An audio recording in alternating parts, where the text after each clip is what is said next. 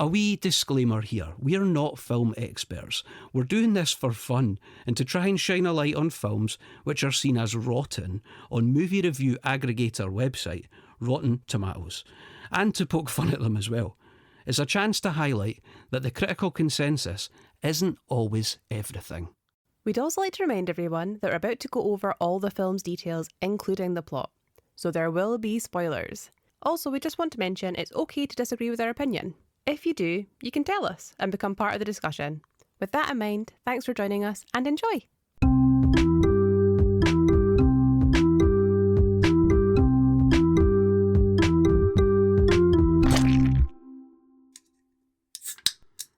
Oh, he means business, folks. Oh, aye. I've got another toxic goodie today. It is a Monster Rio Punch, it's called.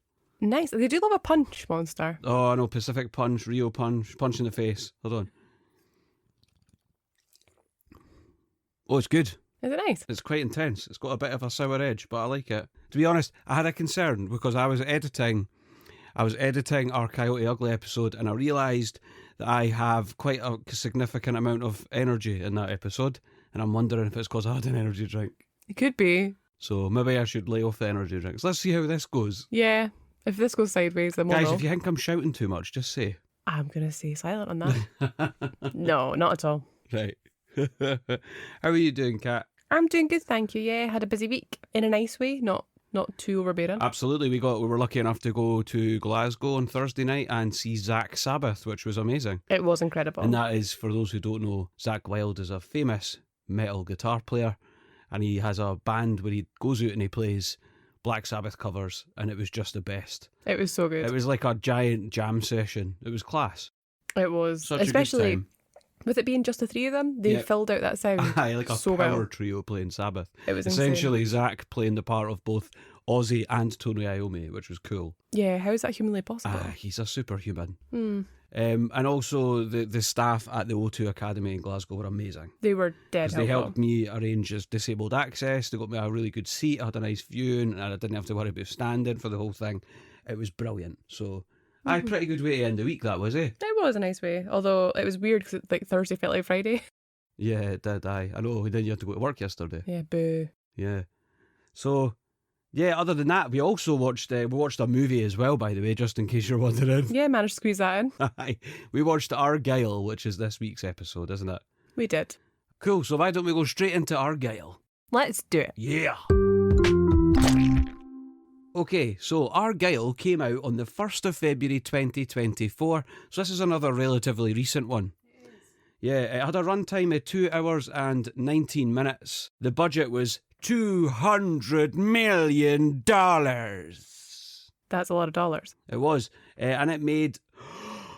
Oh. So I am actually seeing this in real time. Kat does the notes for the podcast, and I don't look at them until we sit to record. So, yeah, $96.2 million in the box office, which, you know, if you're breaking even, right, in a movie these days, it's still seen as a financial flop. Like, if you had a budget of 200 million and you made 210 million, which is technically a profit, it's still a flop. Yeah, there has to be quite a significant margin of profit. Yeah, but a significant amount of money made. And in this case, they did not achieve that, did they? Sadly, they did not. Yeah, I can see why, because this film does feel a bit muddled to me. It does, and also, like, we mentioned at the end of last week's podcast that we had spoken to our people about the fact we were going to do this movie this week, and people didn't seem to have heard of it. No. Which I find quite odd, because I do remember the advertising campaign was really strong. Mm-hmm. Like, their trailers were out all the time, side of buses, side of buildings, like, it was everywhere. Yeah, people still didn't know about it. Or go and see it, apparently. Which is kind of bonkers, considering it's connected to the Kingsman franchise. Yeah, they don't make that terribly obvious. Like, I didn't know till we sat down to watch it, and Kat said to me, "Oh, this is part." I was like, "No way." I'm sure we're going to get to that, but anyway, I think Kat. we might. Yes. So the director of this movie is Matthew Vaughn, and it was produced by Apple Studios and Universal Studios in collaboration. Now, we normally hear insert a bit about, is it based on a book? And this movie's a bit unusual, where the whole plot bases around a book, which we'll discuss in a minute. Oh, of course, I didn't even click, yeah. They have brought out the book after the fact and then tried to make it sound like... Are you telling me the Argylle book, which is what the film in the story, the whole idea is that she's written this series of books about an agent called Argylle. Are you telling me that they've released those books? I think so. I've tried to get a clear answer on this, and it was quite difficult to unpick. Right.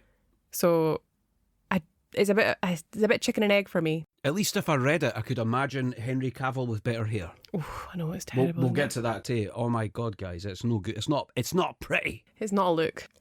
So the taglines for this, there are a couple. Cool. I think there's more than what I've got listed here, but the top two were, once you know the secret, don't let the cat out of the bag.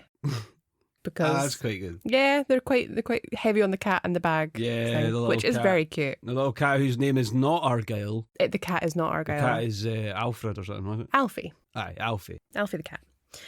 And the other tagline is, the greater the spy, the bigger the lie, which I did quite like. Yeah, I like the cat one better. Yeah, okay. Fair enough. But that one is still good. Don't get me wrong. Yeah.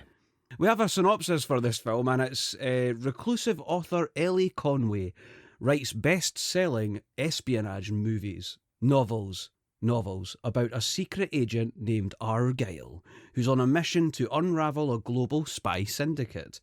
However, when the plots of her books start to mirror the covert actions of a real-life spy organisation, the line between fiction and reality begins to blur. Having watched it, I think that's a pretty good synopsis. It is, aye. I mean, that's pretty strong, actually. Yeah. It really gets it across. No mention of the cat. No mention of Alfie, like, but hey ho. Yeah, so the scores on this one are pretty polarised, where Absolutely.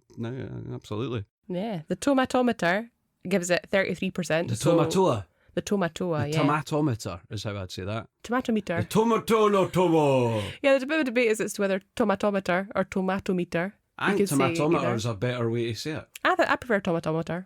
Right, tomatomatuma, right? Which I can say really fast, clearly. That's tomatometer. Go for it. Sorry, I'll stop buttoning. So, as I say, the tomatometer gave it 33%, so it really wasn't very well liked by critics. But the popcorn meter, which is the audience score, gave it 70%, which is a much more respectable score. A very generous score. Listen, yeah. Sorry, I'm not going to nail my colours to the mast quite yet.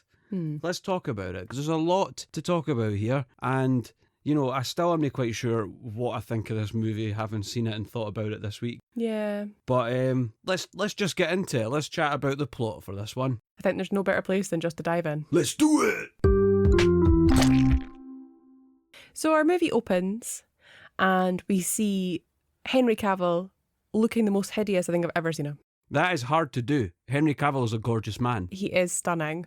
But the hairstyle, the outfit... The hairstyle is... It reminded me of, do you remember Gary Rhodes? The chef that did like Roald Dahl cooking stuff in that. I don't remember him doing the Roald Dahl thing. He did a Roald Dahl series, I'm almost certain. But it very much reminded me of that, kind of up high, fingers in the sockets sort of hairdo. Aye, he looks like he looks like he's had an electric shock. He looks like Marv in Home Alone 2.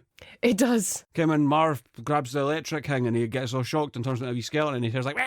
Yeah. Well, apart from Marv's hair is like very afro at that point. It is very so it's not really like that at all. Anyway. No, just only in one direction, just up. Very flat top haircut. So we see Henry Cavill, who is Argylle, going into the bar, and he is there for some clandestine meetings, and he casts his eye over and sees the very beautiful woman, and he goes over and has a chat with her, and they have a lovely dance scene. Well, they do the whirly bird, which is a thing that pops up throughout this film. It does, yeah. And there's some unusual choices around the scenes you see.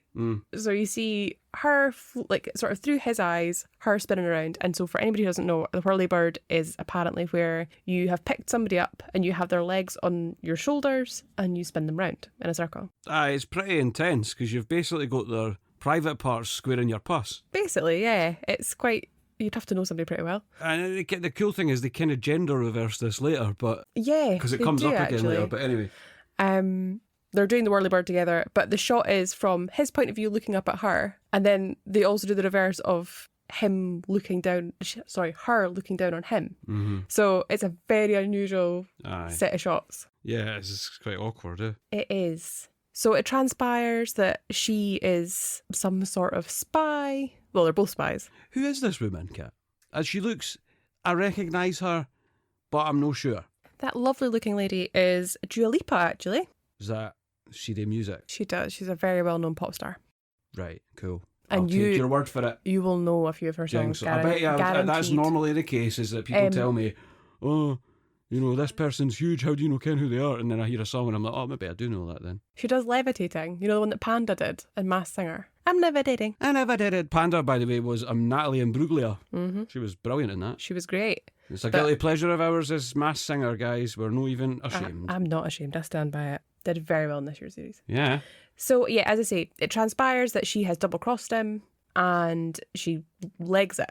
She runs out of the club they're in and Henry Cavill is being shot at by all her minions. And to get out of being shot by all his minions, he deploys a smoke bomb and gets shot at multiple times. And we both agreed, I think, that he would definitely have been shot. Yeah, I mean, I It's think not I've a big got space. here, how is Argylle still alive? Yeah. But then what we've got to remember is this is somebody's spy novel. Yeah, you don't know that at this point. No, really. But, yeah, But I very like much. how that makes it okay. Yeah. Oh, it's a spy novel or a spy movie, therefore they can get shot to shit and it doesn't matter. Absolutely, and certainly the first few opening scenes, it definitely gives you that vibe, you know, the kind of bar, the very James Bond-esque. So Argylle chases after Legrand, I think is Dua Lipa's name, and she gets away, well, she hops onto a motorbike and starts to try to get away, and he runs towards this beautiful blue Jeep. It is such a cute wee blue Jeep. I really liked it. It's class. Yeah, with another person in it that apparently they're pally. So I think her name is Kira. Another spy. Another spy. Dua Lipa shoots up the Jeep, which was devastating for me because, as I say, I thought it was really cute. And Dua Lipa hates Jeeps. You heard it here first. yeah, absolutely. Clearly, because she does a great job on it, but also shoots Kira, which is very sad. Yeah. And Kira is left for dead, and Henry Cavill, Argylle, then jumps into another little yellow car. It's unclear whether Jeep or not. It's and sort how of she like feels. a Jeep-like car, but is it that thing that it's like all jacuzzis or hot tubs, but not all hot tubs are jacuzzis or something? Yeah, absolutely. It was a very A 4x4, Jeep-esque. a 4x4 could be, you know, anything. To me, this looked a bit more golf cart than 4x4. Yeah, kind of. But anyway, so a chase ensues across this lovely Greek island. This chase scene is very well choreographed and it's super fun to watch, but it looks horrible. Yeah, there are. The effects, the CGI effects here are not good, and I'll tell you that is a general consensus having looked into it, because I was watching this movie a few times and went, well, this looks horrendous, how did this get put out? And then I went online and folk were very much in agreement of that. Especially when you see the budget of the Aye, film. 200 and million. At first, because I had done the research before we watched the film, and then I thought that potentially it could be they were going to make the effects better for when it's revealed that this is only part of the book. But it's no, because it's in our imagination. Yeah. You could get away with that. But unfortunately, it kind of consistently goes throughout the film. Instead, we have effects that look like they were done on Clipchamp the whole way through. I would stand up for it, but I do agree with you. So as the bike is racing along, he's got this little mini cart thing, and the bike is passing by the front of a cafe, and somebody picks her up off the Off bike. of the bike, aye. Yes, and it transpires that this is John Cena. See, this blew my mind. Yeah. Because all I saw was a floating coffee mug. You couldn't see him. I couldn't see him. Nope. And for anybody who doesn't watch wrestling, that's his bit, is that you can't see me.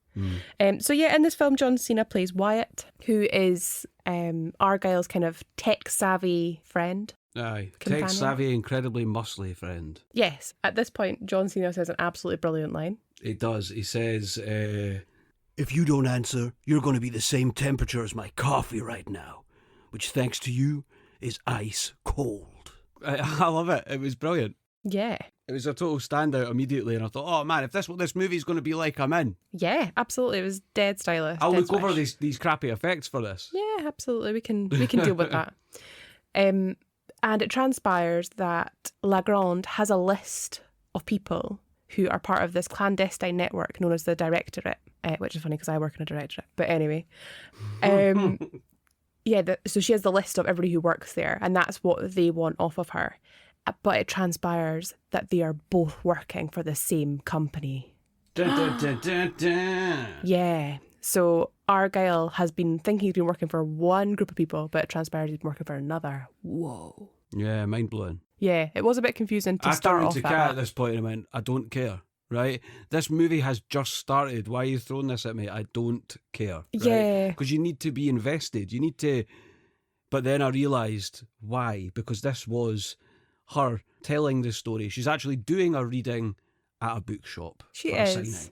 Yeah.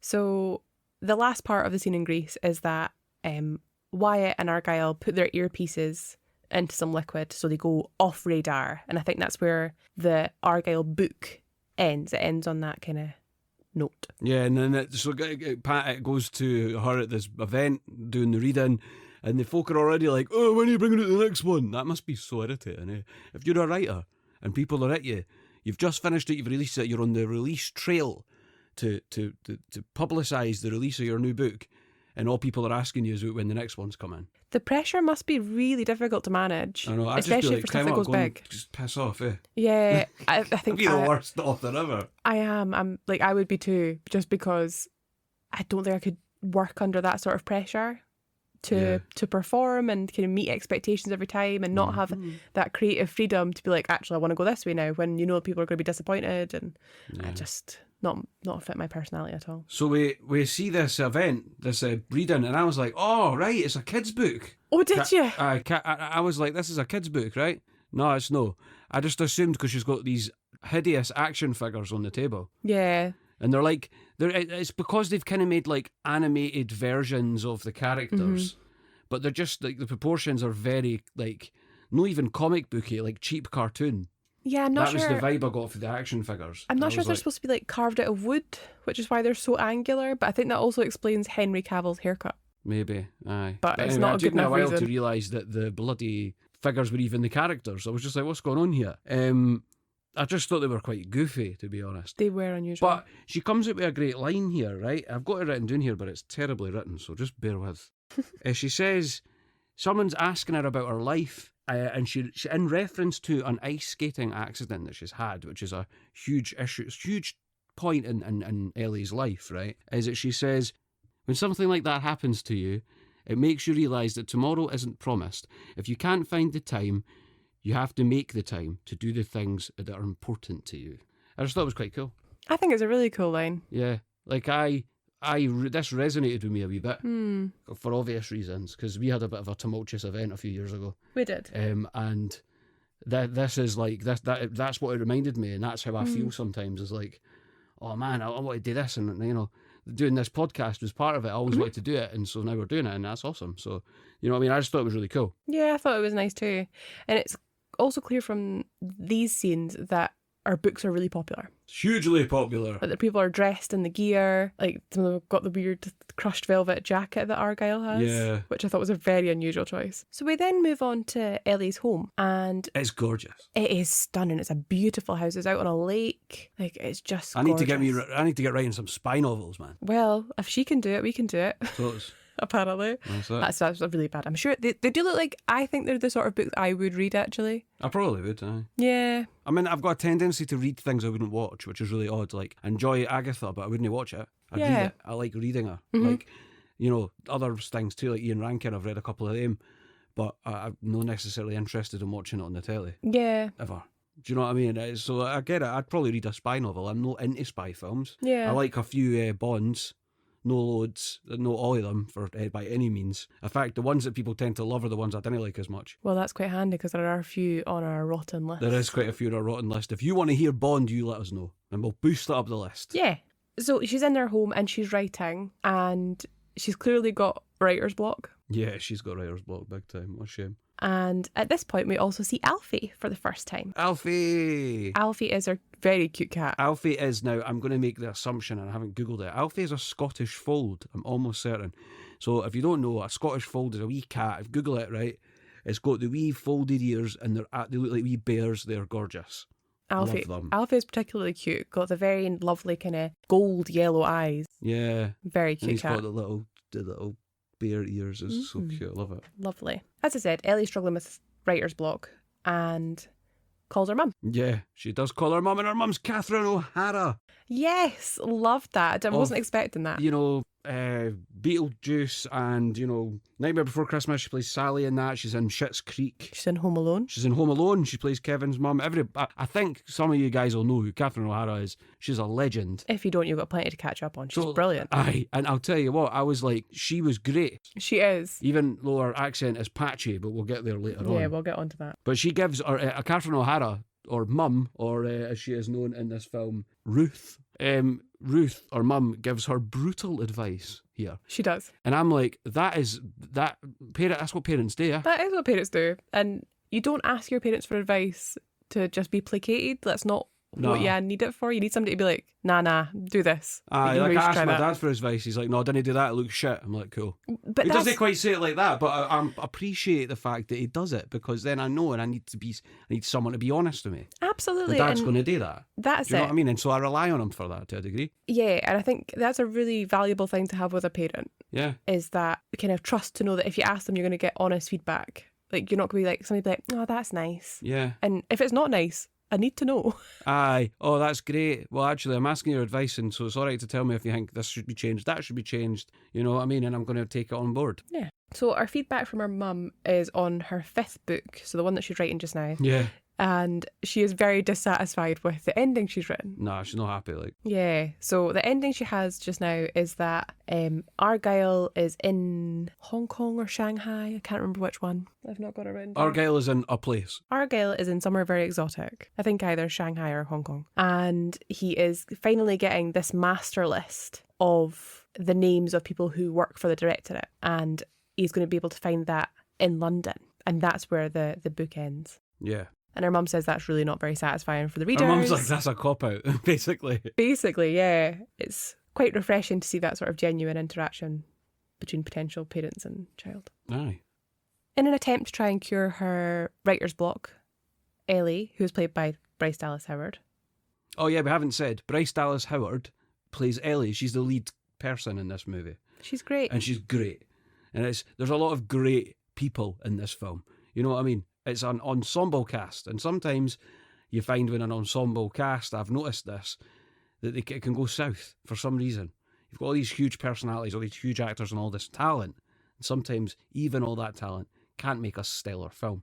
Yes. And I think maybe some people perhaps go, I've got all these people, it's going to be great, but actually you've got to think about everything else. Just because you've got, a bunch of A-listers here, doesn't mean it's going to be stellar. You've got to put work in as well. You do, and I wonder, it probably goes one of two ways, where they either end up competing off each other. Yeah. And that's when it kind of gets a bit hammy. Mm-hmm. Or they're like, oh, well, this person's in it, they can kind of carry it. Yeah, that's it.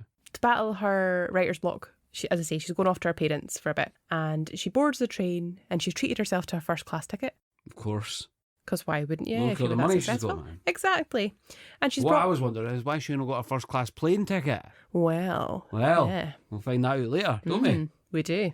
And she's taken Alfie with her, and she's got one of those cute little backpacks with the window, and Alfie seems pretty content in it. Absolutely. Very nice. Have you ever seen one of these before? In anything else, or anyone else had one of these? I think Taylor Swift might have one. That's class. And I think didn't realise Taylor Swift was like, no, that's right, she is a cat lady, isn't she? Yes, because of the famous comments around like childless cat lady and all that. We're Taylor Swift outrage. allies here. Absolutely. I don't even listen to her that much, I just like her. Oh, I do. I'm a total Swiftie. Aye. Anyway. So she settles in, and this long-haired bearded gent comes and sits opposite her. And it's Sam Rockwell. And it is Sam Rockwell, yeah. Another great addition to the cast. Yeah, man, Sam Rockwell kicks ass. I love him. And he has an excellent response to seeing Alfie. Yeah, he totally flips out. It's so funny. He just turns around and says, whoa, hey, there's a cat in there.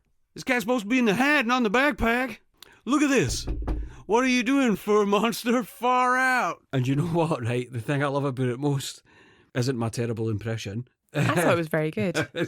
The thing I love about it most is the fact that he uses far out. Yeah, I like the far out. And I think I might try and slide it into conversation more often. Yeah, why not? Let's make it a thing. Aye, absolutely. It was class. Bring back far out. Far out! Far out. At this point, it transpires that Elly is being ambushed. So somebody comes over to get her autograph and then goes to attack her with a needle. Yeah, and it's so funny. Aidan, Sam Rockwell, is sitting there like, he's sitting taking the total piss out of the situation. So he kens this guy's going to try and kill him. He's like, the guy's like, can I have your autograph? And Aidan's sitting going, oh, like, do we really have to do this? Like, come on. Like, I know what you're doing here. Didn't even start. Like, stop it. This is pathetic. And the next minute, his pen turns into some sort of stabbing device. Yeah, I think it is a needle. And he tries to stab Elly. Yeah. Absolutely. And she's like, Ellie's very much giving Aidan the kind of, oh, you're a real crackpot. Like, this guy's just coming over just to ask for my signature. It happens quite a lot. Yeah. I mean, there's a whole bit that before this where Aidan picks up his book and he's got one of her books and he realises it's her. Yes. But I mean, it's quite clear he knows that she's on the train and that's why he's there. Yes. But anyway, the guy tries to kill her and then everybody tries to kill her. Yeah, it's quite an impressive action sequence. Yeah, I seen a criticism, someone saying that the action sequences were shit or boring really? in this movie. Oh, I thought they were quite good. No, I know. The way that this train fighting scene is choreographed is class. Yeah, It's I mental. really liked it. It was so much going on and it's really fun. Yeah, it was fun. It was fast paced. It moved around the train, but not so much that you felt like you were getting whiplash. Totally. But there's one thing though, like, so at this point she is seeing Aidan and occasionally he transforms into Henry Cavill, into Argylle from her books. So she keeps seeing Aidan, but then she sees Argylle and she's like, and it's like in her brains try to fire together that he's a lot like Argylle, and she's like, oh man, like, and I was just like, and it got annoying quite quickly. I agree. I absolutely agree. I don't want to say it because I so wanted to go into this and love everything about this film. Unfortunately, I did have some grievances with it, and this was one of them. Yeah, and as we were watching it, I did note down, like, maybe this is her trying to reconcile the reality of what espionage is versus the fantasy absolutely, yeah. of it. You know, like, you really are in danger, you know, you can't really trust anybody. Like, it's not all as romantic as the books would make it seem. During this fight scene, by the way, there's a great piece of soundtrackage because we've got Sylvester, Do You Want to Funk? It is a banging song. That's it. And it's not just Sylvester, it's someone else with Sylvester, I can't remember who. But it's a banger. It's made it to my monthly playlist because it's so good. There you go, it'll appear in your Wrapped. Well, probably. And it fits really well into the whole scene, doesn't it? It does. And it's got that fun vibe that those Kingsman films have. Like I've said, this is linked to the Kingsman films, but there isn't really an allusion to the Kingsman films until a post-credits scene later. I think once you know what it is, you can kind of see the similarities. The vibe's there, aye, but it's not. But there's something fundamentally missing that the first two Kingsman films have, and this doesn't. And I also appreciate that a lot of people don't like those Kingsman movies. But I personally, I'm not into spy films, but I love those two films. Yeah, I think I haven't seen The King's Man. Yeah, we were a bit worried when we started that if you would have had to have seen The King's Man. Yeah, but that's very much not the case. I think that might be rotten as well, so maybe we can talk about it later if somebody wants to hear it. Yeah, we might double back. Just let us know, aye. But the vibe of the music and the fight scene and the way it looks and the colours, the saturation, everything is like, it feels like a Kingsman film, but unfortunately doesn't at the same time. Yeah, they're definitely, I agree with you with saying there's something missing. That's it. At this point, Aidan takes Elly to the end of the train where he blasts the doors off and parachutes her and Alfie out of the train, and she passes out in midair. The train is elevated. Is it on a bridge or something? Yeah. And that's why they're parachute, because you wouldn't normally parachute off a train. So I'm trying to remember. I think they must be on like aqueduct or something. Yeah, maybe a big bridge. So then Elly wakes up in Aidan's cabin. I'm assuming it's Aidan's cabin. It's a cabin. Might be a spy cabin. I don't know. Aidan's cut his hair and basically like changed his appearance. He's not got his beard anymore. And he tells her that the assassins come from a sinister organisation called the Division. Led by a guy called Director Ritter, who is Bryan Cranston. Another big name. Stellar name, yeah. Aye. And they think that Elly's books predict events in their line of work. So, you know, that's where we've been making that assumption already at this point. They've already read our manuscript for book 5 and are waiting for her to write the final chapter so they know what's going to happen next. Yeah, so they've clearly tapped into a lot of her stuff.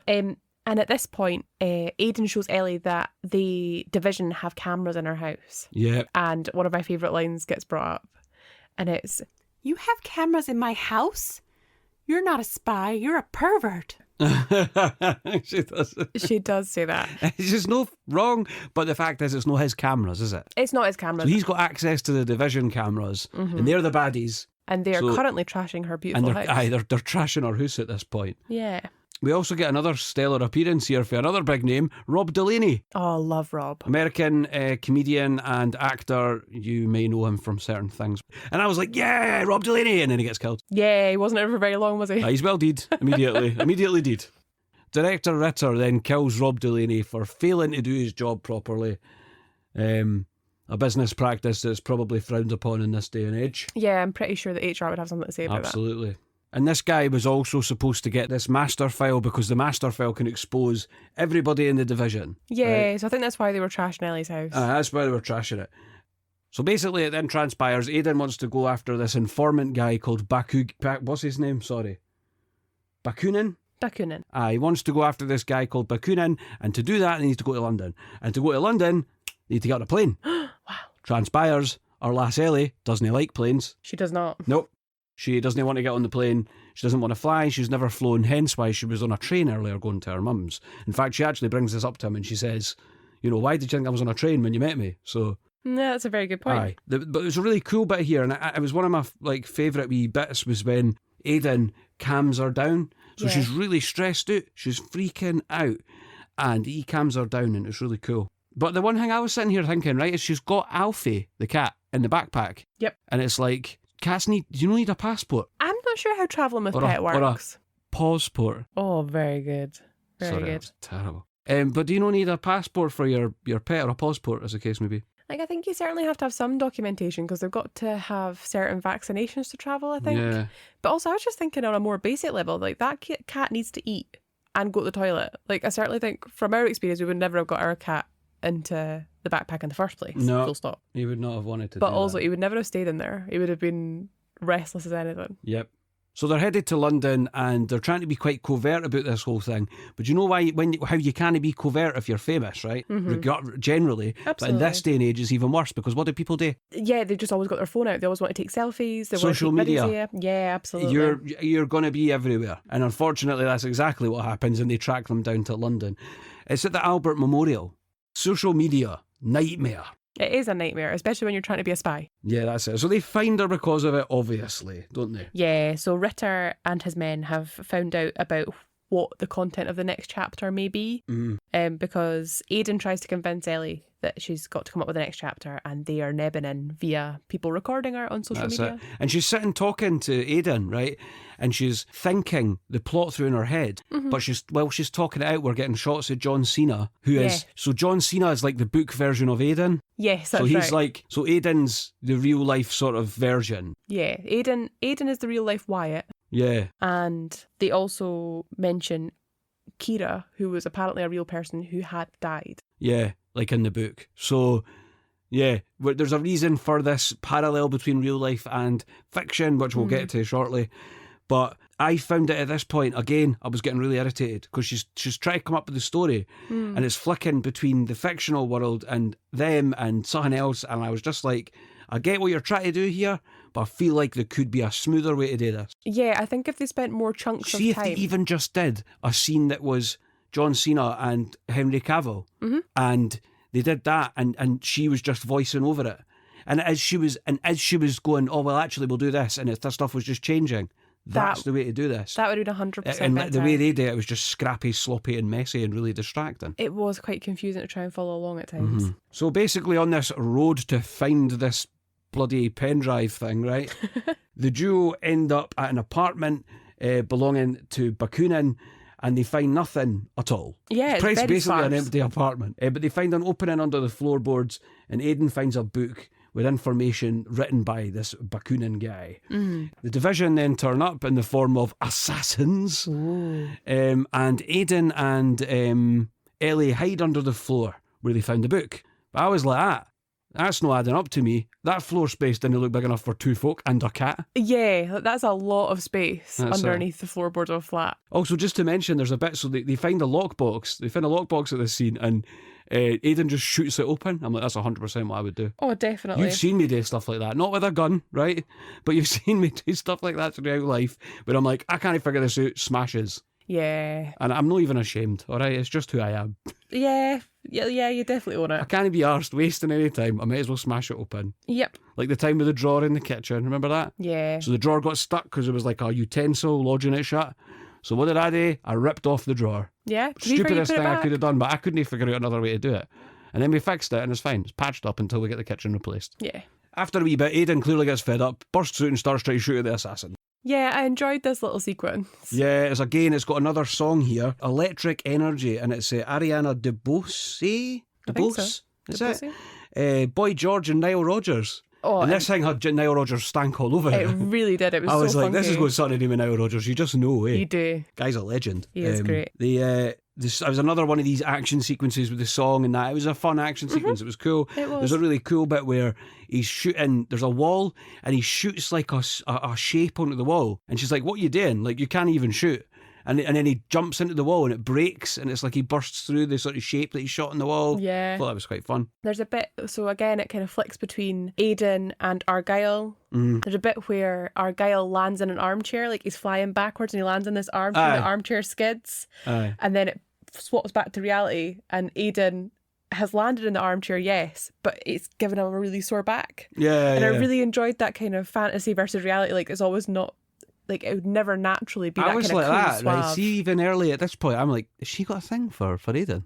Yeah, they do have like quite a lot of chemistry between the She two clearly of them. does have a thing. She sees when she sees Argylle, Henry Cavill, and it flashes to him, and he looks at her. You can tell she's like, oh. Or there's also a point where Elly just goes, "Why does this keep happening?" And I she does. really liked it. She does, aye. It's quite Like, funny. that like. would be your reaction. Do you know what I was wondering, Tate, at this point? Where are all these guns coming from? This is the UK. I know. And I know I'm no completely naive. You can get guns in the UK, Oh yeah, right? Like if you wanted to. I don't ken who from, so didn't ask me. Police didn't come after us, right? Yeah, But you don't- can get guns, but it's no easy to get No. hundreds of guns. And these guys have got all the guns. Oh, absolutely, and ammo galore. So after a bit of stooshy in the apartment, they end up going up the stair. There's a bit of shooting going on in the corridor as well. Yeah, so there's more of the division's agents coming upstairs trying to get them, and Sam Rockwell uses a teaspoon to try and creep out the door to see if they're coming or not. And I really loved that. I didn't I even was like, see that. I didn't even know you could use a teaspoon that way. You probably can't. Probably not. It would have to be highly polished. Yeah, our teaspoons. And are this guy, no way, he's got silverware that's polished to that degree. Nah, his would definitely be scratched Nah, out. that's it. And at this point, when they're going down the corridor, Sam Rockwell, Aidan, goes through and beats them all up and all that. And then he asks Elly to basically stomp on their heads to make sure they're dead. Yeah, he's like, Elly, I need you to stomp on their heads, stomp and twist. And she's like, oh, I can't do it. And it's quite funny. There's this whole Yeah, thing. and she says the line, "I don't dance or crush skulls," which I quite enjoyed. Aye. By the way, both of those things Aidan does in droves. He dances all the time, and it's a really fun part of his character. Yeah. He dances all the time. He's a very violent man, but like he's really good at his spy job. Class, man. And he's quite a sweet wee soul. Aye, totally. So they head up to the roof, and they're on the roof, and they're like, what are we going to do? We need to get off. And there's like a boat or something nearby. Yeah, so So they it's find like a it's boat near a key. river. It must be the Thames. Yeah, so they find a book and a boat key in Coonan's flat. Right, aye. That's what they find under the floorboard. I'm really sorry, right? We're going all over the place with this plot, but this is what the plot's like in the movie. It is. It's To be quite honest. disparate. It's quite messy at times in that, but we'll get onto that later. But Yeah. just so you're aware, you know, it's a pretty challenging movie to cover, actually. Yeah. But anyway, aye, sorry. So they find a boat key and a book in his apartment. So when they head up to the roof, they look over the edge and see a boat and a boat key. So come on. They're like, well, it must be the boat. And then so they're like, well, we need to jump off. And Ellie's like, I'm not jumping off. So Aidan does the next best thing, grabs Alfie and his wee backpack. Well, actually, he's not in the backpack. No. He grabs Alfie and he chucks him off the roof. Yeah, poor Alfie. And we get this hilarious shot, and I loved it. Alfie going down. Yeah. I mean, it's funny as hell, but it's terrible CGI. Oh, it's awful. But it's no the cat's expression, because the cat's expression would have to be CGI'd. And I think it kind of is. yeah. But it's the rest of it as well. It's no polished at all. It looks like an advert. Yeah, I mean, it's my kind of shit CGI, I'll tell you. Do you know what I mean? So they end up at Sam's London flat. Initially, I thought this was a hotel. And I was like, there is no way you're allowed a cat in a hotel. No. Right? I remember one time I worked in a hotel chain, right? I think I've mentioned this previously. I worked in a hotel chain, and there was a woman who had a tiny dog. And I'm not going to lie, we were not supposed to have animals in the building. She had nowhere to put this dog. She was in dire straits. I says to her, this dog was gorgeous. I says, just keep the dog quiet. I didn't kid, this dog's here. If you pass through reception, make sure the dog's hidden. Mm-hmm. Do you know what I mean? Yeah. Or do it during the night or something. And if he needs a pee, just be discreet. But if he's not making any noise, you know. Yeah. And then I was like, and then I took it upon myself to go into the room the next day and scrub it. Yeah, For those absolutely. no allergy problems or nothing. And I couldn't see this woman putting this wee dog. She had no choice. Yeah, it's a really tough position. It was to be in. and I was often put in that position in that Yeah. job. But that's one. Probably shouldn't even tell you that story. Yeah, you should. Okay, and it was cute. It was a cute dog. I got to pet the dog as well, which makes it even worse. There you go. That's the bribery where you got to pet the dog. But anyway, it's not a hotel. It's Sam's fancy London flat because Sam has flats and cabins all over the world, apparently. Yeah, Sam. Oh, Sam, Aidan. Sorry, Sam Rockwell. That's what I'm thinking. Silly Billy. But yeah, they have some nice bonding moments in the hotel as well. It was quite nice. They do, yeah. It's really nice to see their relationship kind of warming until up. Sam goes to the bathroom and starts talking to his employer with a shower running in the background to try and disguise it. But Alfie kind of tries to get into the bathroom, so Elly's like, Alfie, so she goes after him. And basically, she catches Aidan saying she quote unquote needs a bullet in the head. So she's like, oh, boss, this isn't it. This is a nightmare. I can't deal with this. So she runs away. And to be honest, would you know if you heard that? Aidan at this point is her, the only thing she has to turn to. Mm-hmm. Now she feels she's in danger from him as well. I just couldn't, all I could feel at this point was like, oh, what a bloody shame. I know, I felt so sorry for her. Like, she's really stuck in the middle. So she basically phones her mum. She goes out into the street, she finds a payphone, she phones her neighbour to then get in contact with her mum because she's trying to be covert or whatever. Yeah, she figures she's being watched. Aye. So the neighbour goes in, and Catherine O'Hara's hilarious in this bit when the neighbour's just like, but that's my phone. And she's like, I don't care, piss off. Basically. Yeah, basically. Yeah, she's like, I'm shutting the door. So she's like, right, fine, I'm coming to England, right? So she decides to jump a plane and come to England. Mm-hmm. Now, this pisses me off because she's there rapid. She is there right? very quickly. So Elly has been she's on the street. She phones her mum in Chicago, right? Now, let me just check, right, how long the flight is from Chicago to London, right? No, it'll be Chicago to London flight time. What are you saying, Kat? 10 hours, maybe?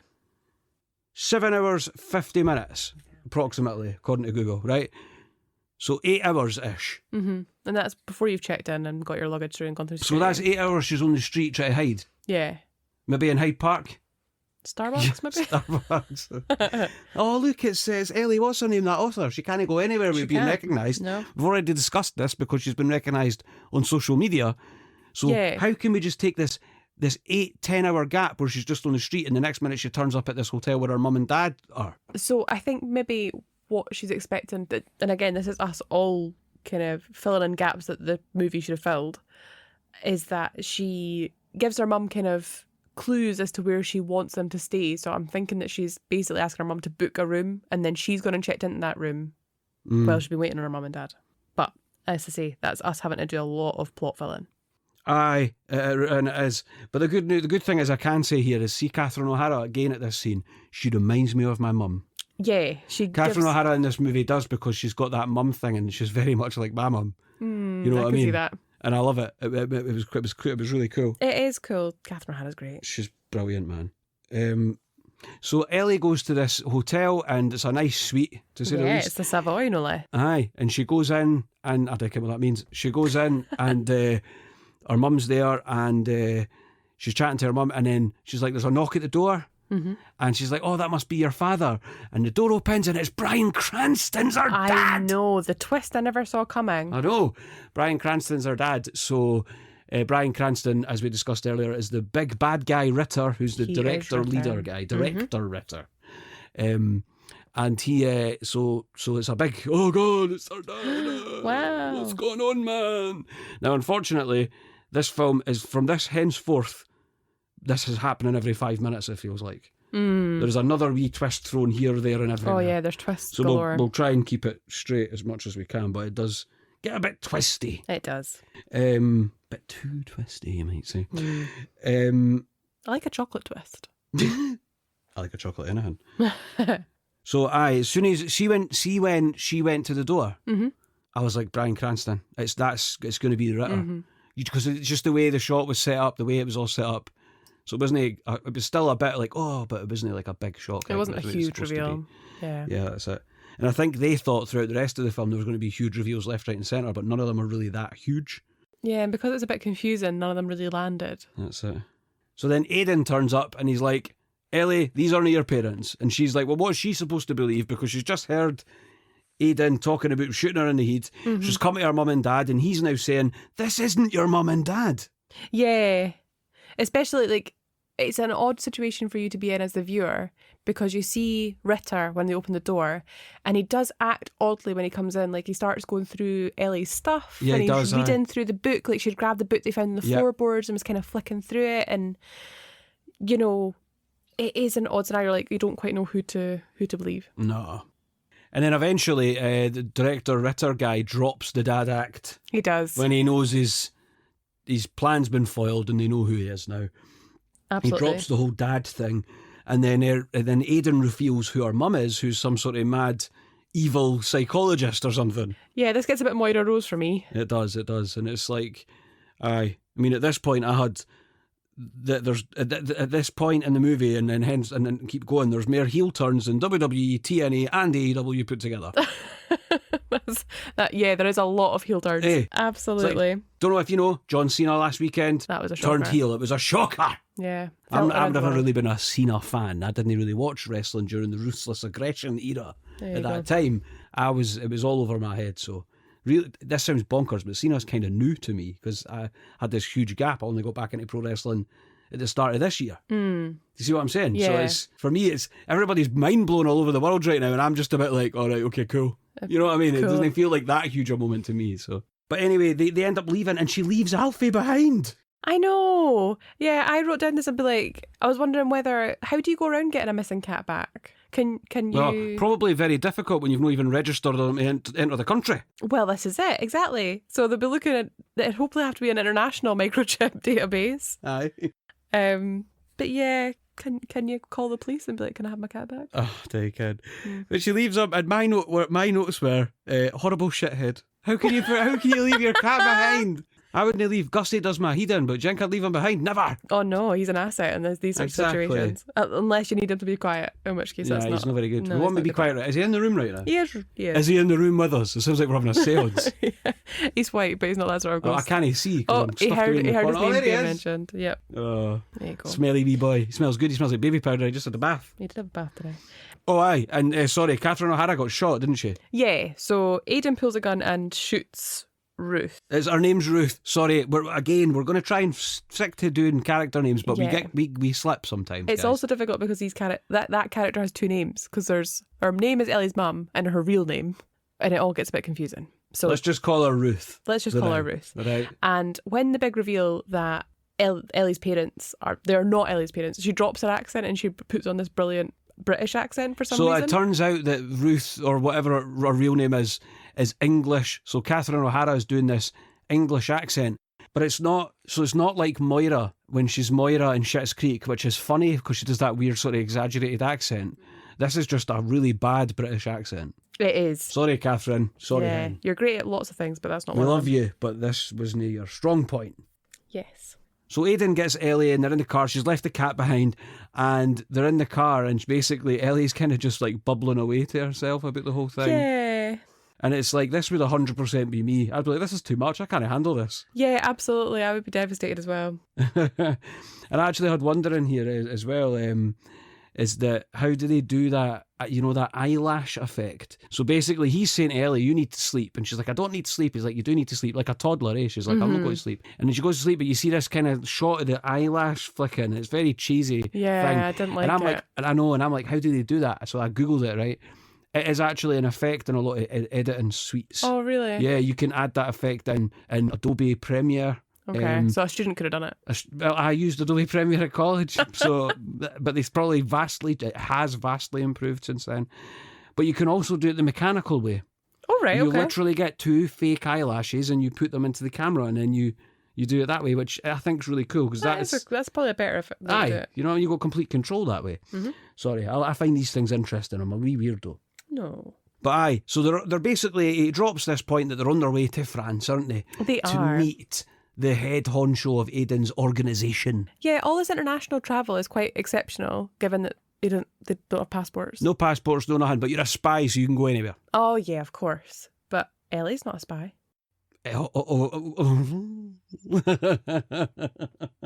No, she's no, is she? Oh, because that would be mental if she turned out to be a spy. Yeah. But anyway, they're on their way to France, and Sam is trying to cheer her up as well after she's had a wee sleep. So she falls asleep in the car, and she wakes up and they're in France. So they've obviously went through the Channel Tunnel, etc. Probably. Yeah. Without passports, by the way. Absolutely. But he turns round to her, doesn't he? And he's talking. He's trying to cheer her up, and he says, he chucks in a wee joke. He says, "You like France? Tell you what, French people give me the crepes." Oh, I love it. I absolutely loved it. it was class. I like that. Although I have written down, they give me the grapes. The for grapes. some reason. Well, to be honest, when we were recording the impressions for this film, Kat kept saying grapes. Yeah. Because you were like, grapes. I was like, it's no grapes, it's crepes. Because that's the joke. So they drive up to this like vineyard. It's in the middle of arse-ending area in It's France. gorgeous. It's a gorgeous Beautiful. place. Grapes everywhere. Grapes as far as you can see. Absolutely. I'm assuming it's a vineyard. Doesn't he really say, right? They Oh no, mention because he spraffs about wine. Yeah, he does talk and about I was like, grapes. oh man, didn't he go and shut up? Because like it just made me think of that movie Sideways. Oh, yeah. Or the inane wine chat in that movie. I was like, People love it. We just didn't like it. No. I had reasons, man. It wasn't as good as I thought it was going to be. And I love Paul Giamatti. He's great. He is good. Holdovers, man. Holdovers, brilliant. Holdovers was the best movie last year. Yeah. 100%. The best film I saw last year was The Holdovers, and I can't wait to watch it every Christmas. Absolutely. It's great because it's not a quintessential Christmas film. It's not cheesy. It's just not based at Christmas, and it's just brilliantly written. It's that. Who's the guy, Kat? I don't know. I'll tell you now. Alexander Payne is the guy who directed The Holdovers and Election as well, and a couple other bangers, and Sideways, but I just didn't like Sideways that much. Okay. Anyway, they get to France, and Aidan introduces Ellie to his boss, Alfie. By the way, the boss's name's Alfie, or Alfred. Is it Alfred, they call him? I didn't know it was Alfred. Well, it's the same name as the cat. He's got the same name as the cat. Yeah. And it's Sam Jackson. Woohoo! He's got another huge name here, which is class. Which is interesting because Sam Jackson obviously appeared in Kingsman, the very first one, I think it is. And this isn't the only actor who appeared in the Kingsman franchise that appears in this film. That's true. As a different part. Yeah. Which is interesting. It's It's fun, a universe. but really confusing, really. If you were thinking, is this world connected? Yeah. How have they got actors playing multiple parts? I mean, is this a Robert Downey Jr. coming back as Doctor Doom deal or what? Yeah. Do you know what I mean? It is an odd choice. When are we getting that? Doctor Doom. I'm not sure. Avengers Doomsday. Is that next year? I think it's next year. That'll be good, good fun, I hope. Yeah, I think it will be. I like We Doctor can Doom. turn this whole phase around. But this phase is just... Actually, in terms of the Marvel phases and this second saga that they've had, this multiverse thing going on, the last phase here has been the best one. Yeah. Although I don't know where Shang-Chi fit in, but that was a banging movie. I liked that one a lot. But anyway, we're not here to talk about Marvel. We're here to talk about Argylle. So Ellie meets Alfie, and he starts chatting to her about grapes and stuff. At this point, I've got it written down here. Kat turned around to me and said, "I have been known to partake the grape." I don't know why you said that, but you just said it. And I burst out laughing, and I was like, I wrote it down. Yeah, I can't remember why I said it either, but there was some really good grape chat. I have been known to partake the grape. Kat turned around to me, right? At this point, this guy's talking to Ellie about the spy stuff and all that, and Kat's like, memory wipe plot incoming. And you were absolutely correct. Yep. So Kat called it immediately as soon as he was talking that this plot here was that Ellie has had her memory wiped and used to be a spy. Yes. And that's exactly what we find out. Yep. She is the real Agent Argylle. Aye, her name's Rachel Kyle. Argylle. But what did you notice when you saw Argylle written, or when you saw R. Kyle written down? Very close to R. Kelly. It looked a bit like R. Kelly. Yeah, Which gives you the heeb yeah, immediately, doesn't like it's R.Kylle. it? So it's really not too dissimilar. I didn't even see that. Rachel Kyle is her actual name, and she's actually a spy. And she gets pretty pissed off at this point. So she comes running out of this little hut thing, right? So in the middle of this vineyard, there's this wee shed. And in the shed, there's all this spy shit, is the only way I can really explain it. And there's like a secret door that leads into this big room, and he's got all this LA Lakers merchandise and memorabilia and a big screen. About 1,000 screens. Stock market coming up and the weather probably and all the rest of it. And he's sitting there with his big screen. And he's explaining to her about her past. He shows her a bunch of pictures and footage of her when she was R. Kelly. or whatever her name is. Yeah, Rachel Kyle. Rachel Kyle, not R. Kelly. Right? So she comes storming out of this wee shed, and she's storming towards Aidan, who at this point looks totally fed up because he knows this is coming. Yeah, absolutely. He knows that she's about to rant because he knows she's about to find out the truth. Yeah, I think he's kind of glad the pretense is up. Yeah, and I absolutely love it because she's having an absolute. She's essentially whining like mad, and Aidan just turns around and says, "Your name's Rachel Kyle, and you don't whine about anything." You're calling this whining? In the most whiny voice ever. It's super whiny. So good. She lost her memory because a mission she was on went horribly wrong, basically. So Director Ritter, that was her fake dad, and her fake mum, who is Ruth, who is actually called another name, Dr. Margaret Vogler. Margaret Vogler, right? Sorry, guys. Try to keep it as simple as I can. That they got to Rachel before Aidan could. So she was basically injured, and she woke up in hospital, and she had amnesia, and they got to her first and managed to convince her that they were her parents. They did. So she couldn't remember anything. And basically what the whole idea is that this Vogler woman, Catherine O'Hara, Ruth, whatever the hell her name is, she manages to gear Rachel to write about the spy stuff so they can get information out of her. So they kind of give her enough to prompt her memory in the right direction, and then she's writing the stories. And for them, it was a way to get all the information they needed. Yeah. That she knew but didn't know because it was in her subconscious. Yes, and they seem to do some sort of experiments on her. So at this point, they implant the story of her having this skating accident. So that's when she referred to the skating accident in the bookshop earlier. Yeah, and that's why she's able, because she lost her memory, skating accident, they're able to implant that and that she's their parents, and that's why they're there. And also they seem to use some sort of HYPNO-LAPTOP on her at this point. I burst out laughing because this was the cheesiest shit you've ever seen, right? But the thing is, it doesn't stand out in this franchise as odd because it's the kind of thing you'd see in Kingsman. Yeah. And that's what I was trying to tell myself here, you know. And it is. And when the laptop, they put it down and it looks like, Windows Media Player back in the day. It does. The visualizations you used to get. Those were so hypnotic. Those were great. You can still get them on YouTube, by the way. Can you? So if you want, but obviously bit of nostalgia. Aye, you can just slap it on YouTube and put music on. Wonderful. If you really want. But the younger folk out there will not know what we're talking. Nope, they'll have no clue. But anyway, the laptop has this mad visualization thing, and it's like, and they're hypnotising her basically. Yeah, it's quite like Hypno-Toad out of Futurama. So they're like, oh, you had a skating accident. Look at this laptop. Yeah.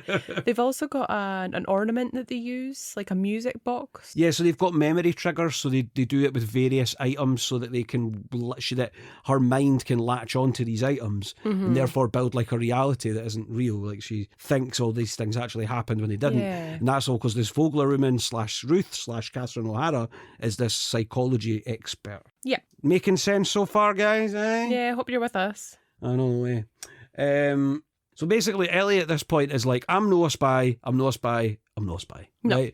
And then Aidan basically attacks her, and she defends herself. She does. Realising that she does have that spy knowledge in there somewhere. Yeah, it's deep within. Exactly. So she defends herself, and it becomes quite clear that she was a spy. Yeah, she's And a martial dang arts good one. expert. And amongst these scenes, we're actually seeing Ritter getting angry with his staff because they've got all these pictures from this book that he saw because he's doing essentially what he's saying is, I've done my job, you're not doing yours. And he just comes across as like the worst micromanager ever.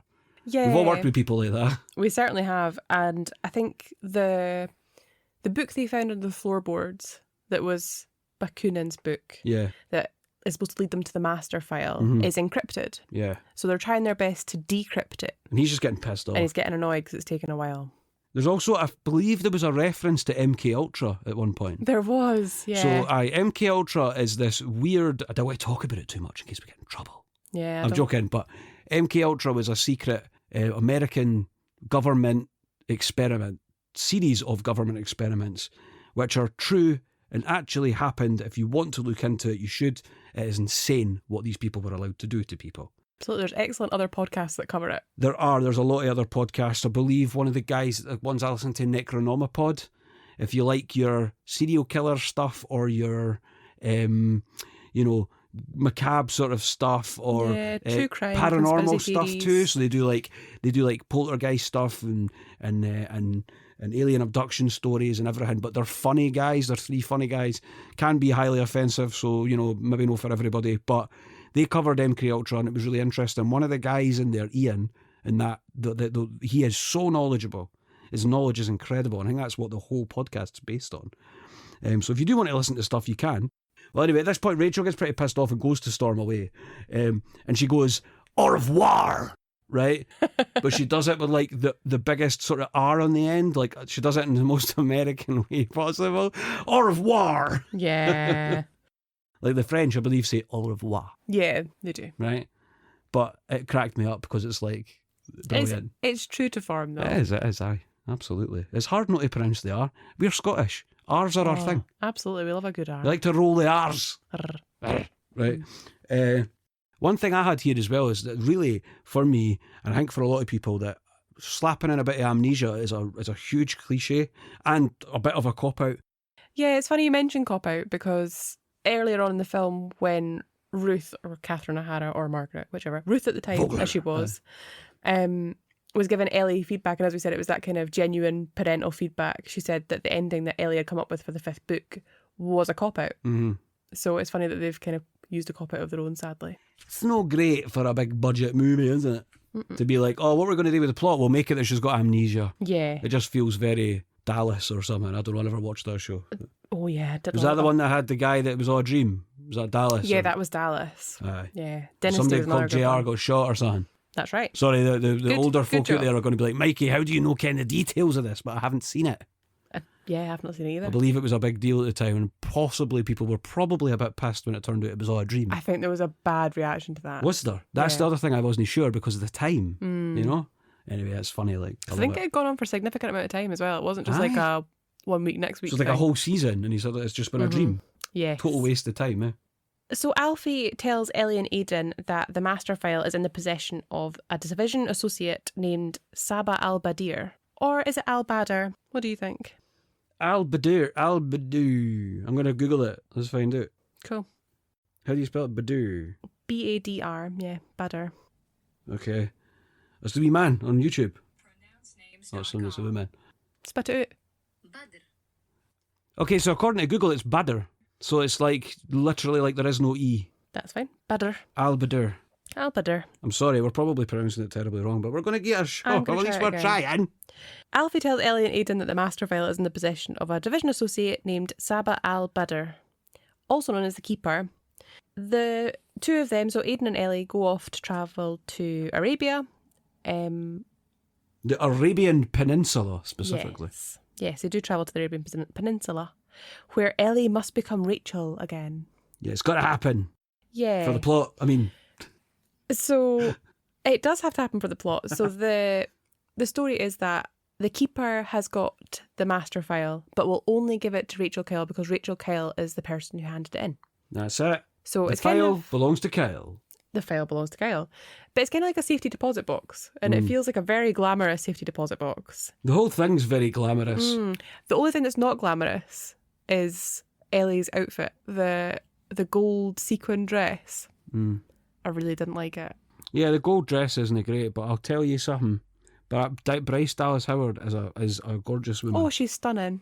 She's really stunning. And it's like, and I've noticed it obviously because I've seen those Jurassic Park movies, even the goofier later ones, which are good fun. I mean, they don't care what you say. They're no great. They're probably, some of them are probably rotten, and we could cover them. Yeah, the two of them are. Yeah. Two of them are, so we will. But they're good fun, man. And anyway, I knew her from that. I knew her from her work in Star Wars, even though she wasn't in it. She worked on it, and she's also in a really, really good episode of Black Mirror. I've never watched that series, not even one episode. I've kind of watched it patchily on and off, and I don't know how I ended up seeing that episode, but it was really good. Aye. Really good one, yeah. Everyone tells me I should watch that along with Inside Number 9. I will get there with both, absolutely. Yeah, we really should. But at the moment, we're watching Buffy the Vampire Slayer. Which obviously is much more important. I haven't seen it ever. All of it, all the way through. I've seen little bits. Yeah. So I'm quite enjoying watching through it. We're nearly at the end of season 2 now, I think. Yeah, it's really good. It's class. Sorry, hon. On you go. So they're waiting to speak to the Keeper within this compound, and Aidan starts dancing. Fancy place. It is fancy. It's gorgeous. Yeah, it's lovely. Really, really nice. Aidan starts dancing with Ellie. Yeah, Aidan always wants to dance. We referred to this earlier. He really but it's does. a really endearing part of his character. It is, and he really wants to dance with Ellie in particular. Yeah.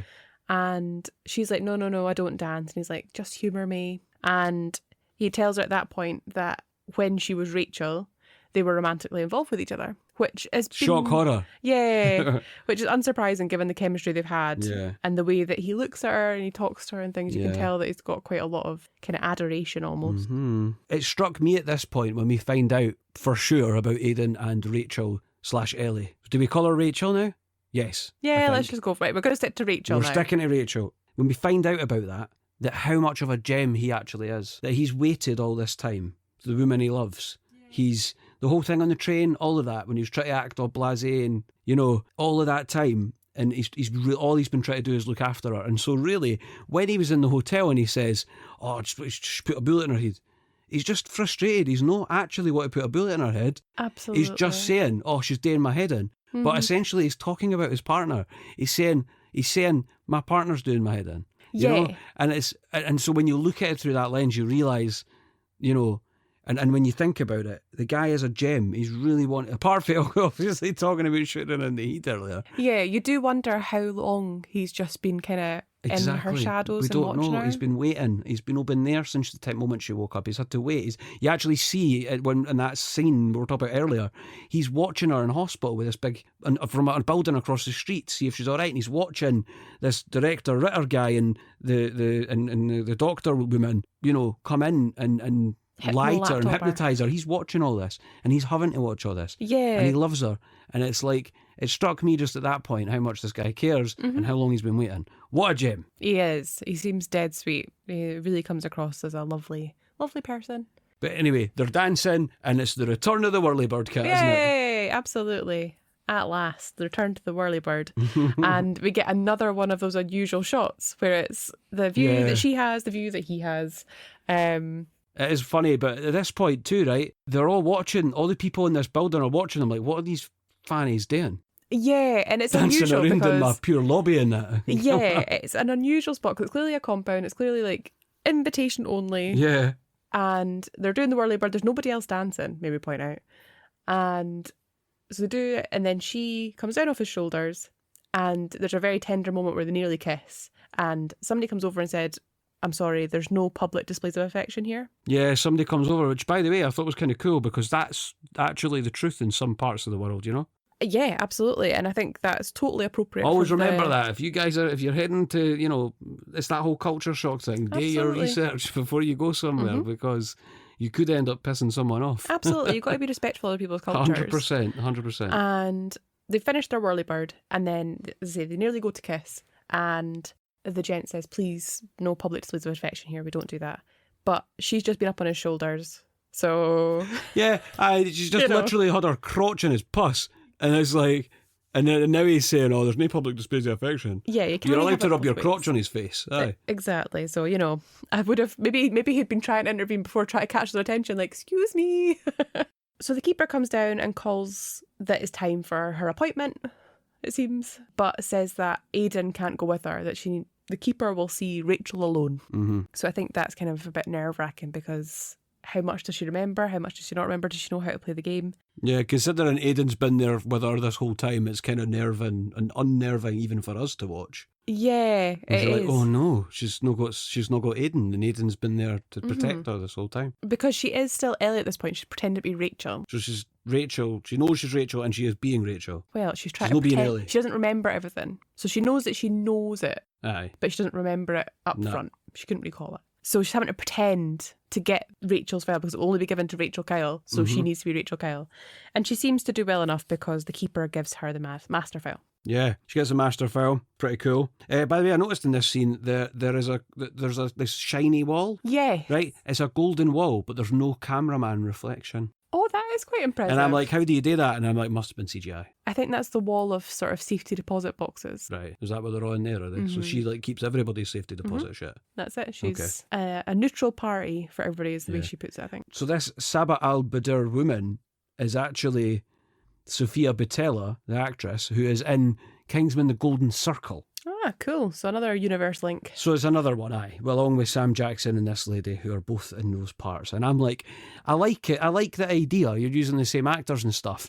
But if you're doing a shared universe kind of vibe, it gets confusing because you're like, who How is there multiple characters? Yeah. Do you see what I'm saying? And playing by the same people, and I don't know.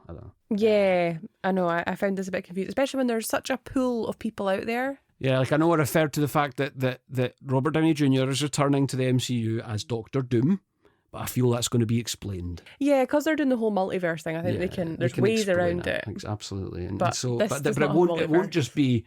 He won't just pop up without an explanation. No. They will explain it. Yeah. And in this, I'm not sure. I don't even know if we're going to get any more bloody Kingsman films because. Well, I think we can talk about that later. Yeah, absolutely, we can. Sorry, I'm jumping ahead. The Division manages to track down Elly and Aidan and captures them and takes them to their secret base. Secret base. At this point, we don't know where it is or anything. Nah, know nothing about it just apart see from the it's inside. massive. Aye. Elly has just learned that she herself was an asset of the Division. So this is another twist where she finds out that she was on that master list. We have another heel turn, basically. Yeah. And it's our main character finding out that she was a baddie and she was actually working with the Division. The whole time, which is a bit strange. Yeah. And a flashback reveals that she had killed Bakunin before taking the master file. And the explosion triggered by his apartment self-destructing is the event that led to her memory loss. Which was his Garmin or was. Apple Watch. Yeah, I really like that. Other brands are available. They are. There's many other types of activity tracking watch. But because he's an anarchist, he has set it up so that when the watch registers that his heart rate is 0, that it will self-destruct his apartment.